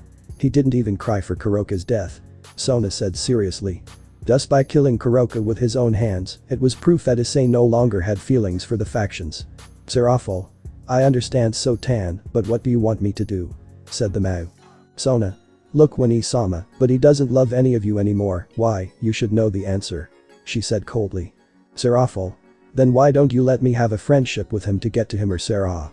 She was interrupted by a slap that knocked her to the ground. Sona had slapped Serafal, surprising her and hurting her. Look, there is a reason why he doesn't love you and doesn't want you around. He hates you because you are one of those responsible for the death of Issei's partner, Akaria Tohim. The missions that you sent to Issei separates her from him. Sona said coldly. Serafal. But I didn't know that. You think I sent him alone? Let me tell you that I didn't, since I always gave him companions. She coldly replied to Sona. Sona. Look, when Isama, the soldiers weren't going, you told them the next day to accompany you for X reason. What was that reason? You were going to spend time with Yusaka on an excursion to escape the paperwork. She replied. Serafal. She said with her gaze lowered, since she was right. Sona. Besides the fact that I don't have feelings for Ice-kun, I only see him as a younger brother that I've never had. He has given me the best advice. You are only interested in one scene, Yuri. Instead of spending time with your family, you spend it traveling. She was crying, since it was all true. Sona understood that Serafal was traveling, but Serafal took advantage of that and neglected her family. You were never there for me, not on my birthdays, not on my rating gamers' victories. But you always say that you were busy. He acted more like an older brother. Too bad that stupid Isari Haidu and Ryu Haidu don't value him at all. Said Sona. That hurt Serafal a lot as she could only cry.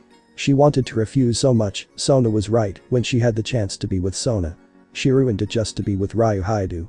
Serafal. I didn't think of that. She said with her gaze downcast since she couldn't look her sister in the eyes. Sona.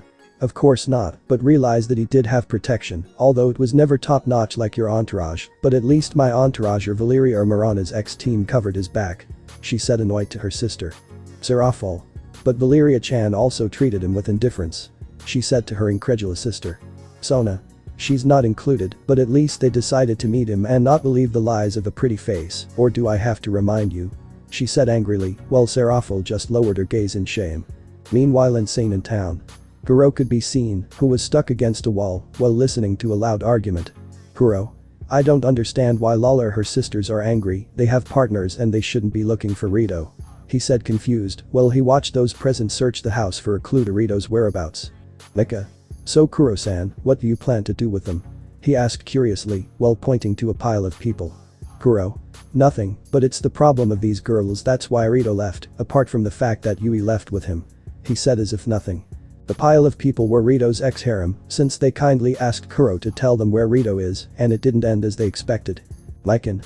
I agree with you on that, but can I ask you a favor? She said, which caught Kuro's attention. Kuro. What is it about? I asked curiously. Lycan. It's Vera. He began to explain while the girls piled up remained unconscious. The sound of a person tying his tie was what was heard, as well as a tired look, while he heard the sound of 4 people running through the hallways of the house. Issei. Hurry up, we're going to be late. He said out loud, to which the 4 people quickened their pace. The reason Issei was in such a hurry was because he had entered a new academy with Momo, Mio, Sayori and Nyx, although the latter was complaining, since Sayori enrolled her by mistake, since she wanted to stay at home. Nyx. I didn't want to go to that hell. She said, as she began to cry in I'm style. I understand you, the place is a pain, but it's better than doing nothing at home. Said Issei finishing putting on his tie. KUROKA's death was a sensitive topic in the underworld, and Kaneko surely holds a grudge against her, something that Issei does not care about. But I wanted to be away from the underworld for a while, since I had no reason to stay there anymore. I look at the other girls with their uniforms already ready. Momo. By the way, where's Rito? She said curiously, while she didn't see him anywhere. Issei. I left a note that you had to go to the academy early, since today is your first day. He said boredly. Momo. I understand, but at least he and Yami weren't late. She said, while combing her hair, to which the others were checking to see if they needed anything. Well, I was tired after all the matter. Ajuka asked me to stay away from the underworld for a while. He fears the Kaneko or Lucifer will try something with me that could endanger the alliance. Issei said seriously. Momo. I understand, but at least you're not going to do any more stupid things, are you? She said with an overly kind smile that scared Issei. Issei. Of course not. He said immediately, while trying not to tremble in fear or stutter. Greg. Who would see that my bearer is afraid of his females? He said in Issei's thoughts, to which he had a twitch in his eye. Shut up, Dreg. Issei thought to take his backpack and hang it over his shoulder. What academy did you write to us, Sayori? Said Issei, who was leaving the house with the girls. Sayori. It's called Spa International School. She said as if it were nothing, which left Mio with her eyes wide open. Mio. Tell me this is a joke. she said scared, which caught the attention of those present. Sayori. I'm sorry, but I'm being serious. She said, which caused Mio to fall to the ground while a ghost came out of her mouth. Issei. What's wrong with it? He asked Mio, who was shaking on the ground. Mio. There goes Maria and. He began to stutter with fear. Oh. I understand. Issei said expressionlessly since Maria was a headache for both Issei and Mio. And now I could imagine 1,000 ways to embarrass Mio. Issei. This is going to be a pain, but at least it won't be like what happened in your old academy, where when you entered it looked like a catwalk. He said, which caught the attention of those present. Sayori. What's that due to? She said confused, to which Issei scratched the back of his head. Mio. That's because of Tsubasa Kazunari. He said, well thinking that he wasn't going to suffer the same as his former academy every time he entered said school. Soon I came to see the entrance to the academy where Issei was surprised. That one was much bigger and more elegant as it was in Kuo, well Issei was determined not to make the same mistake. Issei. My life has changed a lot. He said with a smile, then shook his head. Mocha. What's wrong Issei? The vampiress asked curiously. Issei. It's nothing Mocha, it's better to enter the academy. He said with a smile, which infected Mocha and the others decided to follow his example, but Issei was receiving murderous glances from the men for being with Mio, in addition to the new students.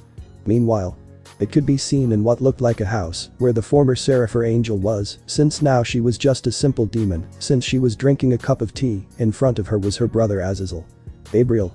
What did you want to talk to me about, brother? She asked her brother. She still considered him her brother. Azazel didn't know how to talk to Gabriel. He knew that now Issei no longer felt anything for Gabriel. Gabriel was drinking his tea, although he was sad. He knew how to move on. Azazel. I wanted to know how you were. He said a little nervously, to which Gabriel didn't notice this. Gabriel. I feel fine, brother, but you should know that I know how to take care of myself. He said innocently. But if one looked closely, Azazel had a frown on his face, as he tried not to let those words affect him. Current score 2-0 of this conversation so far. Well, given everything that has happened and that he can no longer return to heaven, I thought that if you would like to live with me in my apartment, said Azazel. Things Gabriel sighs about as he stops drinking his tea. Gabriel. I'm sorry brother, but I must reject the offer, since if I remember correctly you like to live like Batman. He said innocently. Azazel. How is that? He asked his not-so-secret love. Gabriel. Solitary. She said with a smile, that was a very low blow for Azazel. Score at that time, 3-0 in favor of Gabriel. Gabriel. I also have to accept that responsibility as an intermediary to strengthen the alliance. And help the Sekiruyute. Even though I know he doesn't love me, I will do my best to help and correct my mistakes. Said Gabriel determinedly to finally finish off Azazel. I couldn't do anything, Gabriel had made that decision, and who was I to change? Azazel. I understand, but you must feel alone here. He said, while offering to accompany her. Gabriel. I understand that, but you are one of Grigory's research supervisors, and you can't just leave your job like that. He said innocently, to which Azazel now mentally scolds himself, since he told Gabriel that if Gabriel used his ability, he would have told him that that lie was the worst one he could have come up with. Azazel. But. He tried to convince her, but Gabriel then sang a song that was the blow that broke her poor heart. Gabriel. Heel. Heel, little frog's tail, if he doesn't love you today, he won't love you tomorrow either. Gabriel sang, which made Azazel almost cry. He couldn't stand such brothers in anymore, so he left, leaving a confused Gabriel to see that he had left at any moment. It will surely be fine. Thought Gabriel before going back to drinking his tea. Since he learned the song from a certain cadre with intentions of creating a war, this was before he left heaven. He knew the original version, but for some reason he liked to sing this song to Azazel, according to what he told Gabriel that it helped Azazel concentrate on his work. Returning to Issei. Issei could be seen walking very calmly, as he could see what seemed to be people looking at him with a look of envy, but he put it aside for the moment. Issei. Why are they so angry with me? He asked himself, since their gaze said that they wanted his head. Since he found out that Rito and Yami broke up in the first year, to which he simply shook his head, since they had no one else as a partner but Nyx, who was not so happy, but for some reason Sayori was laughing at her. Well Sayori, Momo, Mio and he finished in third year, which he didn't give much importance to. But not everything can be rosy, since someone came who made Mio want to return to her old academy, and we are referring to Tsubasa Kazunari. Perhaps Mio and Tsubasa are just simple companions, but Mio is tired of seeing the same old thing, reporters here and there, since Mio also became the center of attention for seeing her sing with Issei. Mio. I want to go back to my old academy. she said, while crying in I'm style, to which Issei only asked to shake his head, while a small smile appeared on his face as he began to listen to the students. Random student. It's him, I can't believe he's Miss Mio's fiancé, she said, to which Issei already had an idea of what was happening.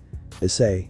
This day is going to be too long, he said to himself as he began to walk to his classroom, mentally preparing himself for what was coming, while Mio continued to complain that she wanted calm for a moment. All he could hear were curses and shouts of protest that another handsome boy was here who was going to take them away from the girls. He didn't know why, but this brought back several memories. The sunset, center of the capital of Germany. Issei could be seen walking through the streets of the capital of Germany as it was a very strange day, but he was also thinking about something else. Issei. Have a family. He said in his thoughts, while the idea of having children with his girlfriends or fiancés came to him. I wish it was easy. Issei thought doubtfully with the idea of having and raising children with his harem. Since he never had love from a real family, it would be difficult to transmit that feeling to his future children. Issei. I think Masaomi would have given me a slap on the head and Cleria would have beaten me for thinking this way about me. He said to himself while thinking about those he saw as the parents he never had. Well, I can't blame you considering how your childhood was, buddy. Drake commented. I knew what Issei felt. But there is no doubt that you will be a great father, the way you fight to take care of your loved ones is something many don't do, said Drake. Issei. Thank you for understanding, Drake, but I think I still have to be a father, he said in his thoughts. Drake. Stop undervaluing yourself, my friend, because that could mean your death or someone else's death on the battlefield, he said in the thoughts of his bear. Sigh. You're right, I have to stop thinking, Issei said to continue on his way. Suddenly he ran into someone head-on. He was about to hit his forehead with the person in front of him, to which Issei decided to take a step back. Issei. Hi Elizabeth, I'm sorry I was so deep in thought, he said nervously while looking away. Elizabeth. No problem Issei, but what are you doing here? She said a little blushing, since what happened a moment ago seemed like a couple. Well, I was walking to clear my mind, I like long walks. Is this weird? Issei said, scratching the back of his head. Elizabeth. It's not that, I was just curious about what I was thinking, she said while apologizing, since she was also thinking, but more specifically seeing a certain image. Well. The idea of forming a family with certain people. Issei said as he wanted to think about what his children will be like. Since she thought he was making a hint that he liked her, and she also saw the photo on his cell phone and blushed. Greg. My partner can't be more airheaded or yes, if you hear me from the other side bearded, even if you're dead, he said to himself, while out of nowhere he took out a case, but the Drake we know was replaced by his chibi version. Issei. Yes, because I think I wouldn't be the best father if I have children, he said discouragedly. Elizabeth. I think you'll be a great father, she said, not knowing that Drake was playing music. Drake. It was nice meeting you, the strongest carrier I've ever had. I'm going to play music with the smallest violin in the world. The melody could be heard while he saw his partner speak normally to Elizabeth. While Chibi Drake was playing the violin, while Chibi Ingvald was patting Chibi Drake on the back, who wasn't even paying attention, but further in the background you could see a grave with Issei's name and that he died in the most macho way possible. On another side. Rito and Yami could be seen sitting in the park where Saji took the photo that will cost Issei his life, if you get the idea. Rito. It is a very beautiful park, he said with a look of melancholy while looking around. Yami just nodded. He wanted to help Rito get rid of all the anger he had inside him since he brought it on himself. He was about to explode several times when he saw his ex-partners with others. Tell me, what will he really do? Said Yami expressionlessly looking at Rito, who was still looking at the place. Rito. What are you talking about, Yami? He said curiously, which bothered Emi since he was acting like an idiot. Yami. Don't give me that excuse, I know very well that you're angry and that you swallowed it because you didn't want to look weak, he said with his gaze down, to which Rito was in shock. Something that Rito only sighs while he couldn't help but remember everything he had to go through to be with the girls. But of course, it was his fault for being as princess as his cousin said. Never move forward because of your shyness. Rito. I am very stupid, aren't I, Yami? He said to Yami, looking for his affirmation, but he didn't expect to receive a slap. This one was made by Yami's horse. Yes. You are. But so are they, for not appreciating what you are. If it weren't for you, they would end up living on the streets, said Yami. Rito. Hahaha, maybe, it was because I went out to rescue Lala without thinking who or what she was. If I hadn't done it, maybe my life would never have changed, said Rito as if nothing. Yami. Do you regret worrying about us? He asked Rito, to which he closed his eyes for a moment.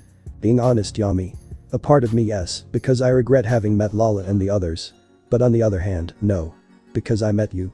Well, you tried to kill me, but it's still a good memory," said Rito, remembering how Yami wanted to break him in two. "Yami? That sounds strange," she said with a little blush, to which Rito, knowing what she said, becomes like dear catsup. Rito. Anyway, they stopped feeling anything for me, while they continued with them day after day, my love for them was dying," he said sadly, while trying not to cry, since they were not worth any tears to him. But Yami's hair began to transform into multiple hugs, one acted as if it were a rattle since Mikan told her that Rito was a baby inside. Arms hug Rito. He is not alone. He has Mikan, Cecil and me to take care of you and make you feel more loved," said Yami expressionlessly while one arm caressed Rito's hair on his head. Rito. "Thanks Yami, but sometimes I think you're one of the few people who understands me," he said while hugging Yami suddenly. "Yami. Do you think that bubblegum hair will come looking for you so that she can stay here on Earth?" she said while looking away so that Rito wouldn't see her blush. Rito. "I don't think they're that stupid, since their boyfriends are now their guardians of Lala, Nana and Momo, so they stay on Earth," he said as if nothing, to which Yami felt a disturbance in the force. Yami. "In that case, there is no point in them staying at home, living with their boyfriends in other places. Mikan says that she does nothing but lays around," said Yami. Rito was already thinking about getting the girls out of his house, since they were bringing nothing but trouble to his home, due to the girls' useless inventions that he always exploits. Rito. "Yes, but I leave that to Mikan, since I'm now here in Germany to start a new life," he said to Yami. Yami. "I understand, the fewer there are, the easier it will be," he said, which confused Rito. Rito. "What are you talking about Yami?" he asked curiously, to which Yami had turned red as a tomato, while smoke came out of his head. "Nothing. I want you to go there and buy more sweet fish," Yami said, giving an order to Rito. "Okay Yami. I'll go," said Rito to leave Yami, who had a blush and an expressionless look. There was almost more mouth. Days later, in the underworld. While the leaders continued their meeting to find a way to maintain the relationship with the German faction, since they had to confront the wrath of the Atoham clan and almost lead to war. Finally the situation is calming down, although he was sad because he had not been able to save the girls. Bekeno died, causing Barakiel to end up in depression and abandoning Grigori. Asia died in the arms of Issei Haidu. Valeria fell into depression over KUROKA's death, the same with Kaneko. Ingvild had fallen into a coma from both her curse and Ryu's curse. The leaders finally understood the price of their mistakes and what could have been saved if Barakiel had not opened his mouth more. They had to live like this and swallow their anger and guilt to lead their respective factions. Well, we must recruit new members of the DXD group to fill those vacancies. We will find young people with sacred gear and offer them what we have to join. Grafia will be in charge of finding recruits. Serzicha said with Grafia nodding, then leaving. Grafia. So this is what your Euclid felt? She asked herself, as she remembered what her brother must have felt when he was abandoned and how he was influenced by the cruelty of people, but in Issei's case by the right people. Life can be good, but it seems that karma are rather the consequences of everyone's actions. Sometimes many have good intentions, but we make bad decisions. Is that what they did, or maybe they just wanted power to be the strongest of all? Meanwhile, the person could be seen walking through the streets of the underworld, which attracted the attention of some inhabitants, since they were carrying an ancient piece of Venelana Knight's armor. This is getting more and more annoying. First, the thing about my former master's daughter, if I can call her that, and also the fact that my master is engaged to the Sekiryuite, he said with tiredness in his voice, hoping that nothing would take her by surprise. But her face could only show a small smile, as she thought with this she could go to the human world and see how it has changed since being in the underworld. She could not leave, as it could be dangerous for someone to see her. Life has really changed, don't you think, Ariana? He said, while looking at the one who should have been the current heiress and not her mistress. Ariana. Maybe, but it has been boring, but I feel that this calm will soon come to an end, she said, while looking at the Knight of Laisha. Since in a different scenario you could see the bearer of Tiamat preparing the stage to change everything, since the leaders were thinking about asking for help from their people, they could achieve it, or everything would be ruined. To be continue. Dear Destra brings you a new chapter of this story with the collaboration of THEREALJOKER23. I hope you enjoy it. In addition to that, I bring several warnings since something happened, but well, I will only say that for eating something I received a stomach pump, for which chapter 13 is delayed until May. I know that many wanted it for this month, but it was not my fault. I cannot know if what I ate was going to be harmful to me, since I did not notice any of that, and it was the expiration date. The first notice is that I will have to focus on the story that will be a way to celebrate my brother's birthday, so please do not ask me to delay the new story and bring chapter 13 please. Also I have a very important matter to attend to during the following days, which are Saturday, Sunday, Monday and Tuesday, since I have to go to some courses regarding something that I had to do. So I'm sorry if I do not respond during these 4 days. Second and last notice is that for matters of great interest and a favor, I plan to add 3 members to Issei's harem. The only one who possibly knows them is Mary Sven Ainsburn, so I will ask you to keep a secret of who these candidates are for the moment if you still remember. I also bring you these little omics of this story, I hope you like them. Extra 1. A huge wooden box could be seen, which was on a mountain of snow, as it was moving back and forth. Office. She tried to speak, but she couldn't, since she was too cold to say anything. She felt angry and humiliated, since as she had fallen under the curse. Her power had been reduced in a very dangerous way. Her body and her resistance were that of a little girl, and more so because of the cold, which made Office want to curse Nix for having sent him here. She still remembers the words Nix told her when he was sending her by mail to Antarctica. Nix. The Ice Age was with the other president. He said mockingly, while letting out a laugh. Now in Germany global warming is fashionable, but if you want snow I can make an exception. He said, while leaving the box of ice in front of a mailbox with a note to send this box to Antarctica. Ow, I hate you. Office whispers while sleeping with the polar bears, since their fur kept her warm and she was in front of the campfire. Luckily the bears gave him fish as Office used his little power to make fire in that cave. I heard you. She said angrily, as she began to heat the fish. A very high-pitched sound was heard, only to calm down for a moment, but Office at that moment had her hair like someone who combs it in an afro style. The polar bear growled, which Office decided not to say. She could communicate with them, but she was trying to control herself before wanting a polar bear coat. Office silently looked at the campfire during the time she was in that place. She had realized how wrong she was with Ryu and Rias. She finally knew the mistake she made. But it was too late to fix things. Sometimes he wished he had returned to his dimensional gap. There at least it wasn't as problematic as it is in this world. Next day. Polar bears could be seen walking through the cold landscape. Perhaps Office wanted to ride one, but it was not always what one expected, since a bear grabbed her by the collar of her clothes and carried her with its little snout. Office. Why me? Office asked herself, since this way served as a shield against the snow or some wild animal. Extra 2. You could see a sofa in front of which was a flat screen, and in addition to the table you could see various sweets and a giant-sized container of popcorn. Greg. I already have the popcorn, soda, jelly beans. He said, while crossing it off a list, but if they noticed they would see a chibi drag.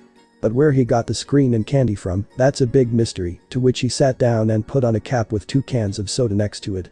Greg. It's time to hit play. He said, as the screen lit up and a mini Issei could be seen. Where was Drag?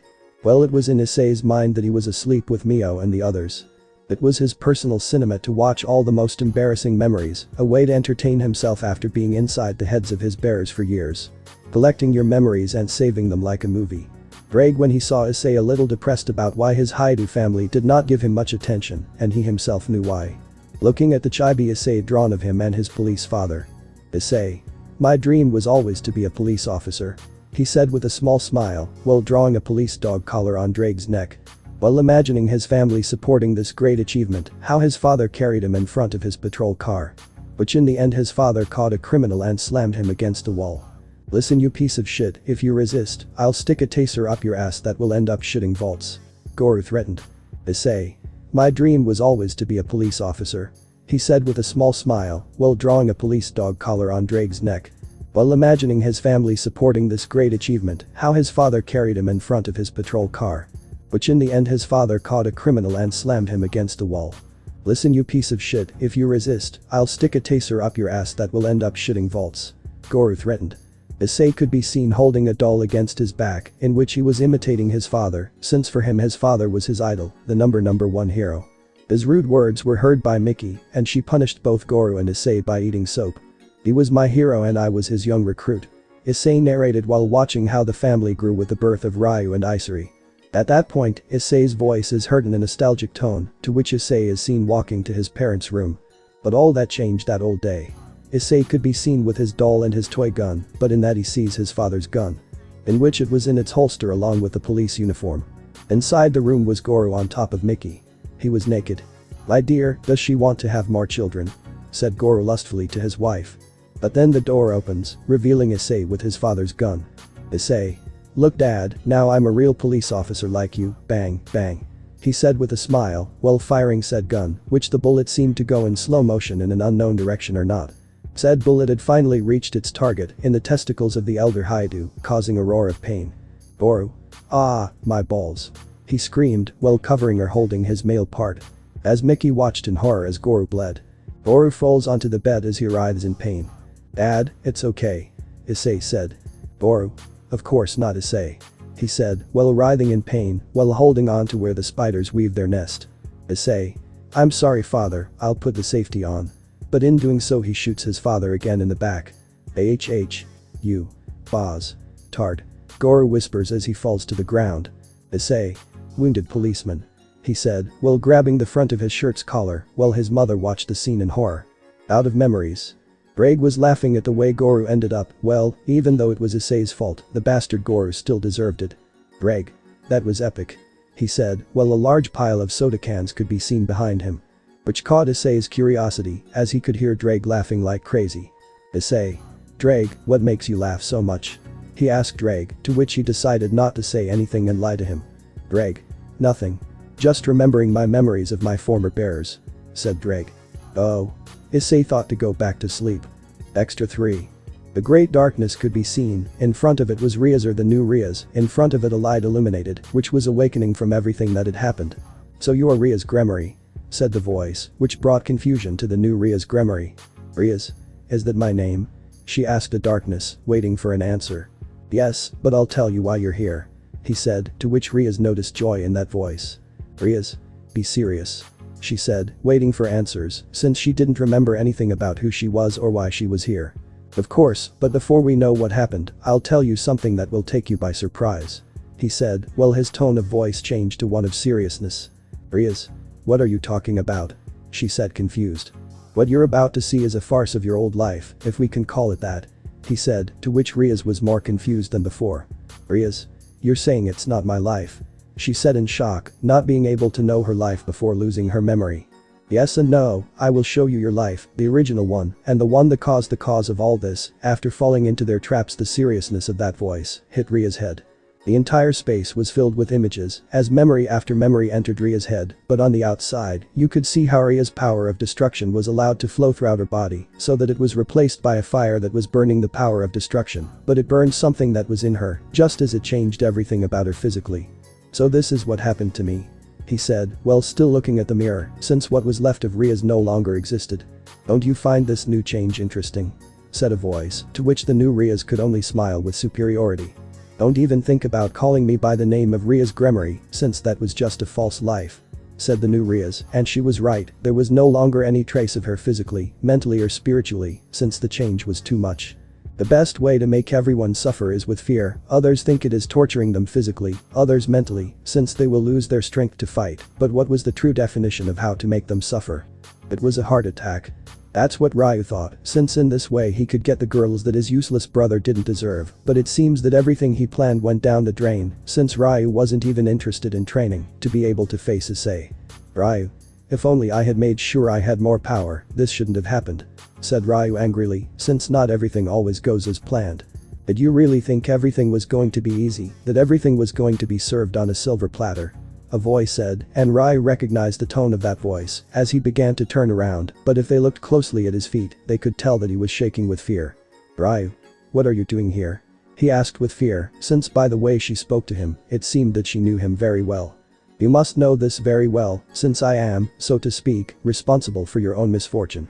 He said mockingly. Ryu. But you told me that you would give me everything if I was very loyal to you. He said without being able to look at the person in front of him, directly into his eyes.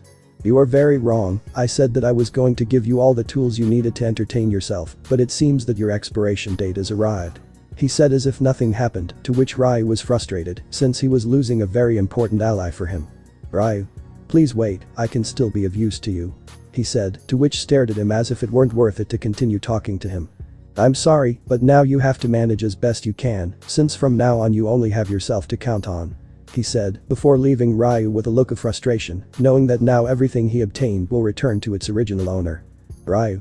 I don't want to be the shadow of that useless Issei again.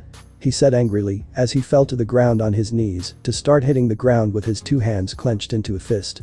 The side of what Ryu once was, only his empty shell remained today, since everything he fought for was slipping away from his hands. Kuo Academy. The captain and vice captain of the kendo club could be seen walking with their eyes downcast as they were regretting what they had done. Murayama. We made a big mistake, didn't we, Caddis? He said with his gaze downcast, remembering the times when he hit Issei just to defend the honor of Issei and Ryu. Caddis.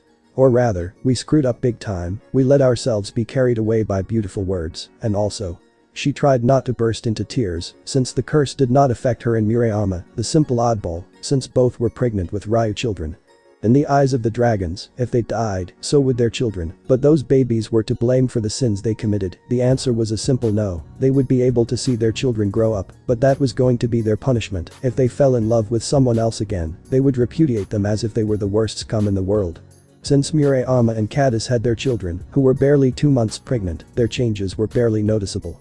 This is fun to watch, how do two suffer and she's still missing? He said the last part more as a sarcasm.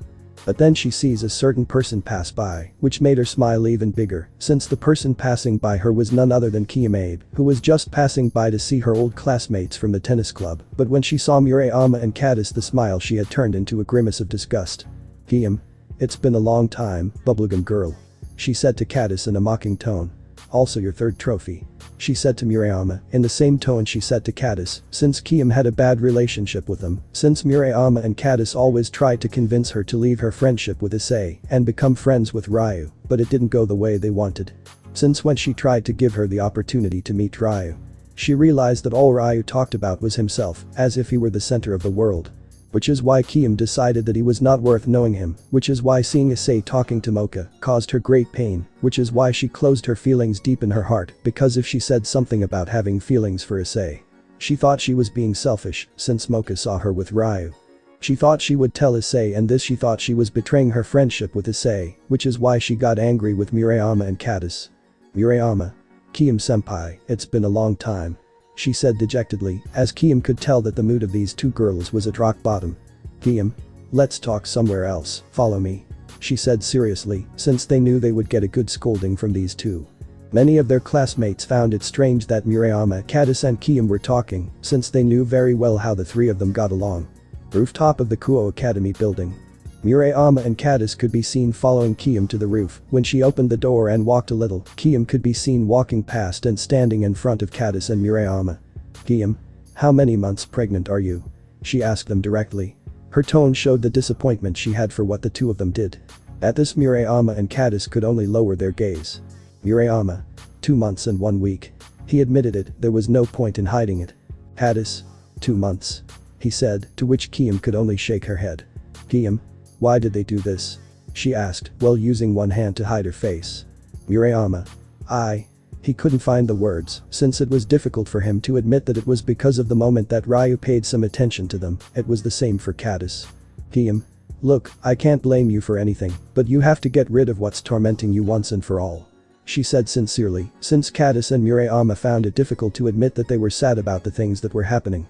Murayama. I just thought that. She burst into tears, and Kiyom could only approach her and hug her. Kiyom.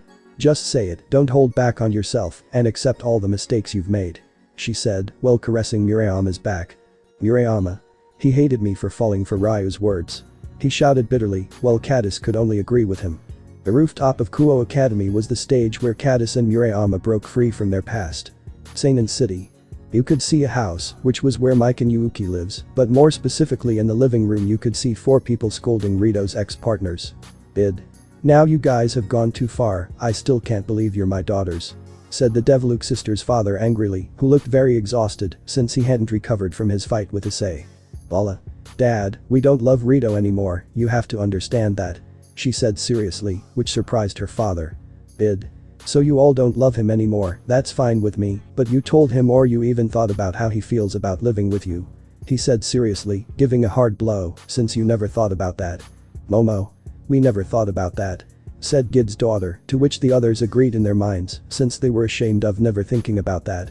While Maiken watched this whole scene as if nothing was happening, since it was of no use to her to lose her composure, since she understood what Gid's father was trying to do. Sephi. Your father may be gentle with his punishment, so since you are my daughters, I will be in charge of giving you another punishment," she said seriously, which scared the Deviluk sisters. "Mikado. I don't understand why you're not reproaching them for anything, Mikan," said the nurse from the Seinen Institute. "Mikan. I wouldn't gain anything from that, since it would be wasting my time with things that are worthless," she said as if nothing had happened, to which she directed a glance at Tearju, which she saw through the window. "Tearju. It feels strange not to see Yami or know anything about her," she said worriedly, since she considers Yami her daughter. But before Mikan could respond, she was interrupted by Kuro, who was leaning against a wall. "Kuro. She left with Rito, because even if she doesn't accept it, she is in love with him," she informed Tearju, who was relieved that Yami was with Rito. "Mikado. By the way, where did Rito and Yami go?" she said confused. "Mikan. They went with my cousin Issei," she said, but Gid upon hearing that name, wanted to know more about him. "I can answer a few questions about your cousin Issei," he said, which gained the curiosity of those present since Issei was strong enough to humiliate the king of the universe. "Mikan. Yes, but there are some questions that only he can answer," he said with utmost seriousness. "I understand," he said, to which the first question he would ask. "What kind of energy does it use?" he asked, since when fighting with it, it seemed strange to him how they looked like circles. "Mikan. He uses magic," he said as if it were nothing, to which Gid was surprised since he knew something about the earth just like those present. "Yui. But that's impossible, since magic doesn't exist." She refused to believe it. "Mikan.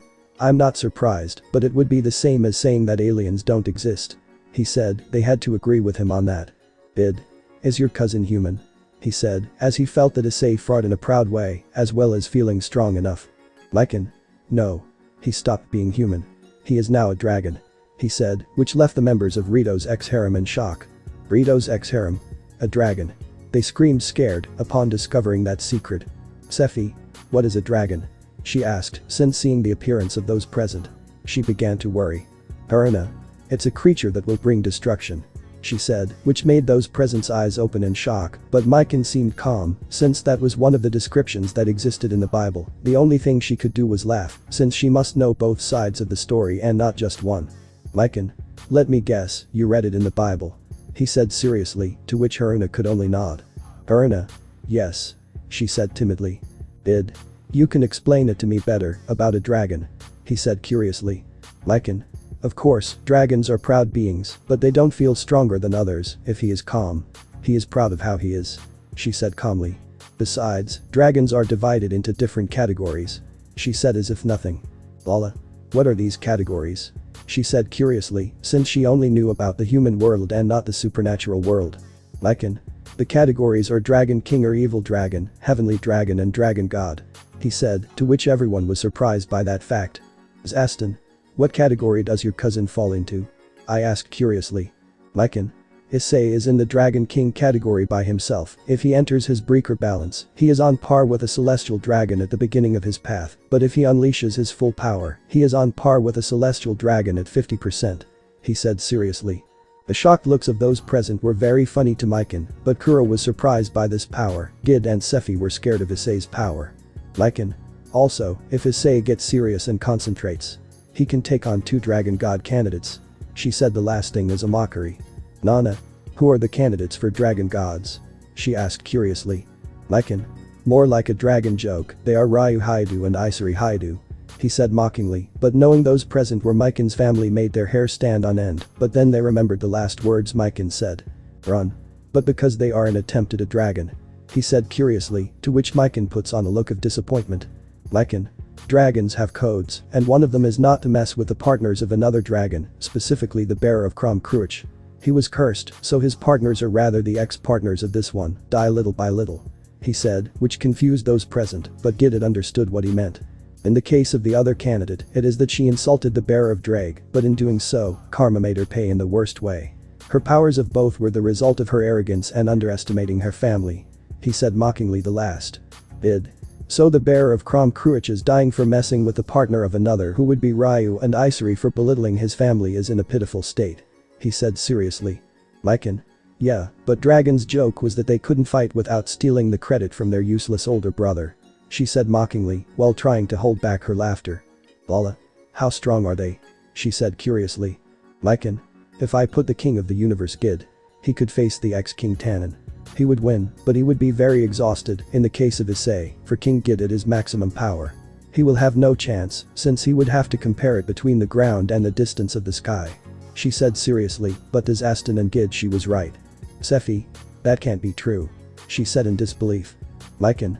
But the dragon gods are stronger. Right now Gid could face Officer Obris, since she is just as strong as Drake, but her power is unstable. But Great Red and the Trahexa, or also known as the Beast of the Apocalypse, are two creatures that can destroy everything in their path just by releasing their power. He said, remembering Issei's words.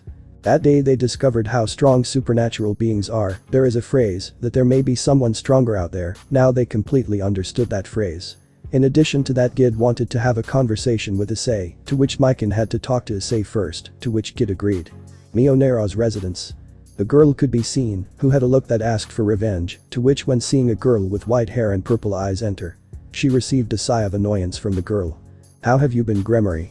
Said the white silver-haired girl. Riaz. Don't call me by that damn name, I understand you, Maria. She said annoyed. Maria. You're not funny, Riaz, but tell me, what should I call you, Riaz Gremory or Asuka Langley Soryu? She said, while observing the appearance of the new Riaz Gremory. Asuka. I already told you not to call me by that name, but tell me what I have to do now. She said desperately, since she couldn't stand Maria's jokes.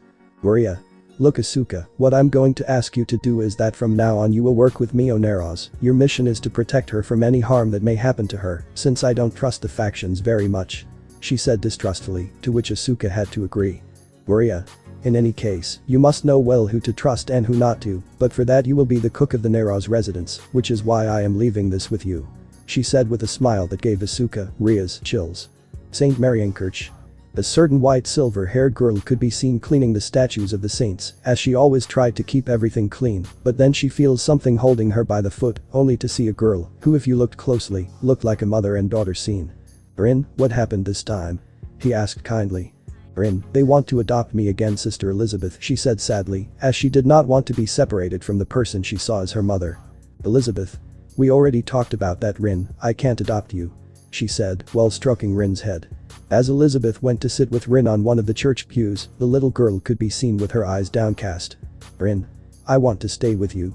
She said determinedly, so Elizabeth knew that she could not adopt her, but in any case she could, but she knew it would be impossible, since she was 19 years old, the age allowed to adopt in Germany had to be at least 25 years old, and in any case that it worked, it would have to take 2 years of waiting or even more.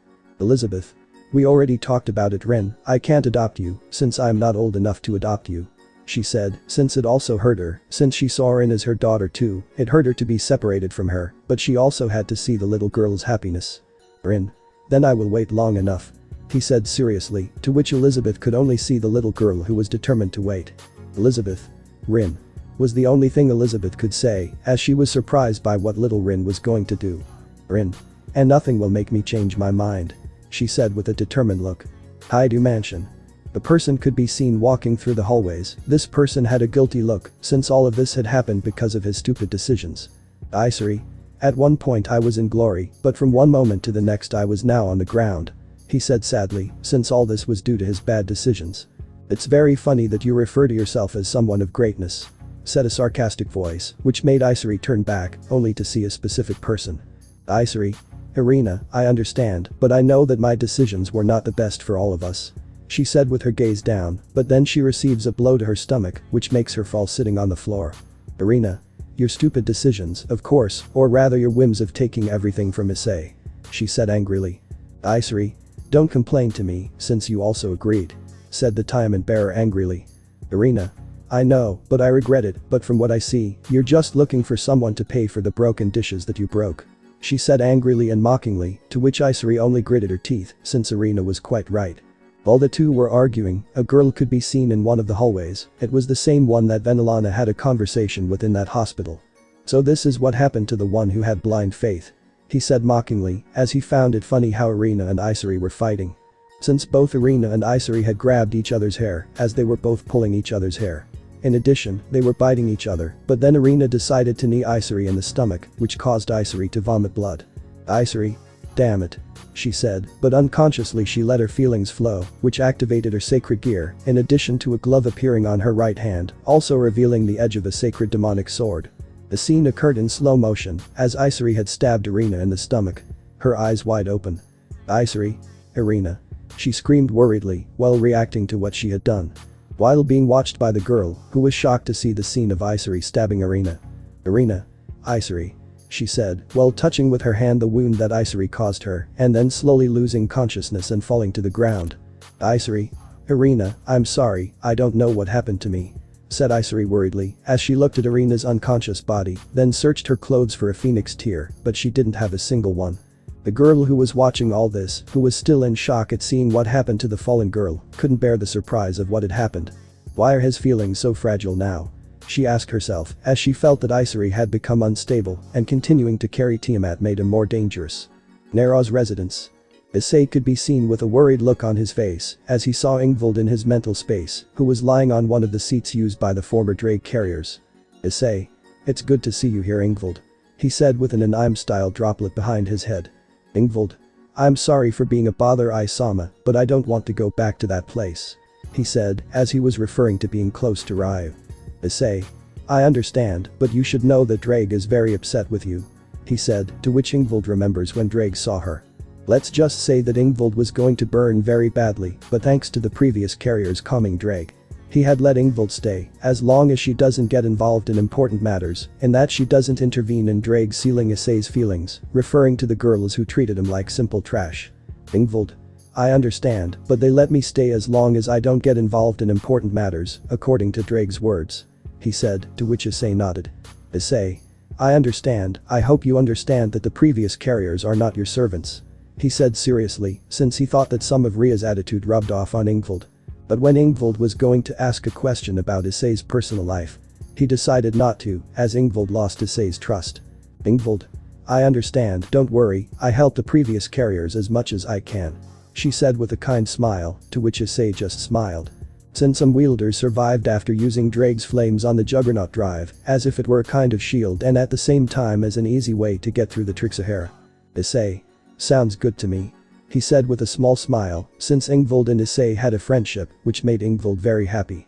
Elsewhere, Drake could be seen with a serious look, seeing that he was close to finishing sealing the feelings that Issei felt for those who treated him like garbage, but then he used his left claw to deflect an attack. Drake. What are you doing here, Albion? He asked seriously, since Drake was not upset with him, but with the bearer of it. Albion. I want to talk to you for a moment, he said seriously, but surprised Drake, since he thought that Albion was going to complain about why he was sealing Issei's feelings to Valeria. Drake. Okay, but I want to make it clear that I will not accept any request about your carrier approaching my carrier, he said seriously. Albion. Don't worry, I'm not going to ask for something that can't be fixed, he said, to which Drake was left with his mouth open. Drake. What do you want to talk about, Albion? He said seriously, to which Albion could only let out a sigh. Albion. When I was here in Germany, I could feel two auras, but with a human essence, he said, which caught Drake's attention. Albion. It's that both are descendants of very powerful beings, one has a very violent power, it's as if each of her emotions causes some change in her aura, he said, which surprised Drake, since it can be dangerous, since if she gets carried away by a volatile feeling like anger, it could cause big problems. Drake. Why are you telling me this? I asked seriously. Albion. Since the second aura is that it seeks to somehow rise to glory, he said, but he recognized Albion's last words. Drake. That means that the aura of this last one is like yours, but that would be impossible unless it is your descendant, he said, but after saying these last words he reacted, then opened his eyes wide in surprise. Albion. That's right, Drake, that last aura means that she is my descendant, he said, to which Drake could not articulate a word since his mouth was wide open. Drake. But if that's true, why do you need me? He said, while recovering from the surprise that his rival has descendants. Albion. I don't trust the factions, I ask you to keep them away from the eyes of the factions, because if they find out that he is my descendant, you can get an idea, he said seriously. Drake thought about it for a moment, then just let out a sigh. Drake. I will take care of them, since I also have descendants and I would do the same as you in keeping them safe, he said, to which Albion could only smile, since he was sure that Issei would take good care of his descendants. Albion. I'm glad, but I must tell you that it is very likely that Issei is becoming unstable with her feelings, he said seriously. Drake. I know, he said without giving it much importance. Albion. So you know, he said seriously, to which Drake could only grunt in annoyance. Drake. That's right, if he finds out about her illness, you can assume that Issei will look for a way to make everyone suffer, since no matter what race they are, nothing is forgotten. He said, as he remembered that some people hold a great grudge in their hearts. Meanwhile, a large lake could be seen, in which a young girl with blonde hair and blue eyes could be seen. It was none other than Lefay Fendergan, who sees the lake as the most interesting thing in the world, but when she saw her reflection, it looked blurry, since tears were dripping from Lefay's eyes. It's interesting to see you cry. He said, which made Lefay turn around to find where that voice came from. Lefay. Where does that voice come from? She asked confused. I'm here. He said, as a woman's appearance, made of water, formed, taking on a height similar to that of an average woman. Lefay. You gave the sword to hide Usama, didn't you? It seemed more like a statement. That's right, but I already have an idea of why you're suffering. He said with irony, so Lefay only hid her face with her hat. Lefay. You know that. She said sadly, but also curiously. That's right, but on the other hand, your future is good, in that you become the leader of the Fendergan family, but you are still single, without any suitors.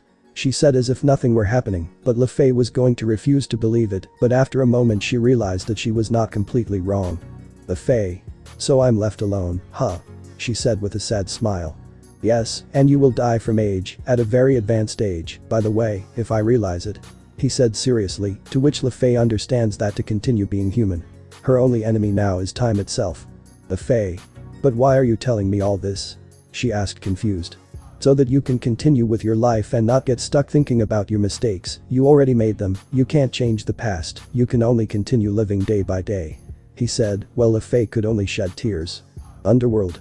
The faction leaders could be seen gathered together as they thought of finding a solution to their problem of being attacked. Surziches. Tell me Azazel, what can we do to at least stop their attacks or make them retreat? He asked seriously, since he could harm his family and he was not going to allow that. Azazel. We can't do much, really, we can only increase the number of soldiers and hire bounty hunters for missions. He said, but the success rate was less than 20%. Surziches. We can't do it, since the enemies of these leaves were once humans. He said, which caught the attention of those present. Michael. What do you mean? He asked curiously. Surziches. The more time we give them, the stronger they will become. He said seriously, since humans were looking for ways to become stronger and did not believe themselves to be the center of the world for being a demon or another race. Auden. Then what can we do? He said seriously. Surziches. We would have to seal their powers or at least for a while to be able to kill them. He said seriously. Isaka. Sorry to say this, but the only one who could do it is Cao Cao, but he could only do it with women. He said, to which many could only lower their heads. Ryu could only watch as the factions lost power, so he thought of a way to solve this, but nothing occurred to him, since Issei always solved it and he stole his ideas or plans. Shemhazai. I think we could move from defense to attack. He said, which many saw as the worst idea. Isaka. That's a terrible idea. He said seriously. Shemhazai. What I mean is that we act to defend ourselves. He said seriously, to which some saw it as a solution, but who was going to take charge of protecting them when they were not even there? Surziches. I think we could only send Sona Sitri, Sun Wukong and Biku's entourage. He said, to which many agreed, but also that it would be very tiring for them, since they would be limited, since it would be 1 or 2 for each faction. Ajuka. And what about Moran or Arthur? He asked curiously. Michael. Marana's whereabouts are unknown at this time, since when she returned to being human. She decided to leave. She said, which annoyed Yusaka, Serafol and Gabriel. Azazel. In Arthur's case. Here is Ein from Team DXD. He said seriously. Serafol. We just have to send Sotan's entourage and with several supports aside to cover his back. She said, but it bothered her to mention her sister, since Sona's attitude towards Ryu's ex-harem was that of a mocker and rubs it in their faces how stupid they were to not realize what they had lost. On the roof of the Mahometan castle, Issei could be seen, who had an annoyed look, but in addition to that, dried bloodstains could be seen on her hands. At the moment when Issei used the power of Tiamat to show everyone the supernatural world through the magic screens. Everyone in the supernatural world watching Valifort saw Issei's memories revealing her memories specifically where Issei was that managed to push Trihixa to be sealed. The leaders were wounded and weak. Valeria Lucifer and Ryu Haidu too. And as the leaders took Issei's credits while Ryu lied that he sealed Trihixa. As a result, everyone felt outraged and angry that the leaders lied to them about the real hero, and that anger was also directed at Ryu for being scum. The leaders could see were shocked and horrified by what Issei had done. She had revealed the truth, and Ryu was angry that his sister had further destroyed his reputation. What the? Who did this? Exclaimed Surziches. He was evil. Now things were going to get more difficult and the German demon faction was going to break their alliances with them. That's it guys. Thanks for watching and supporting us. See you in the next part.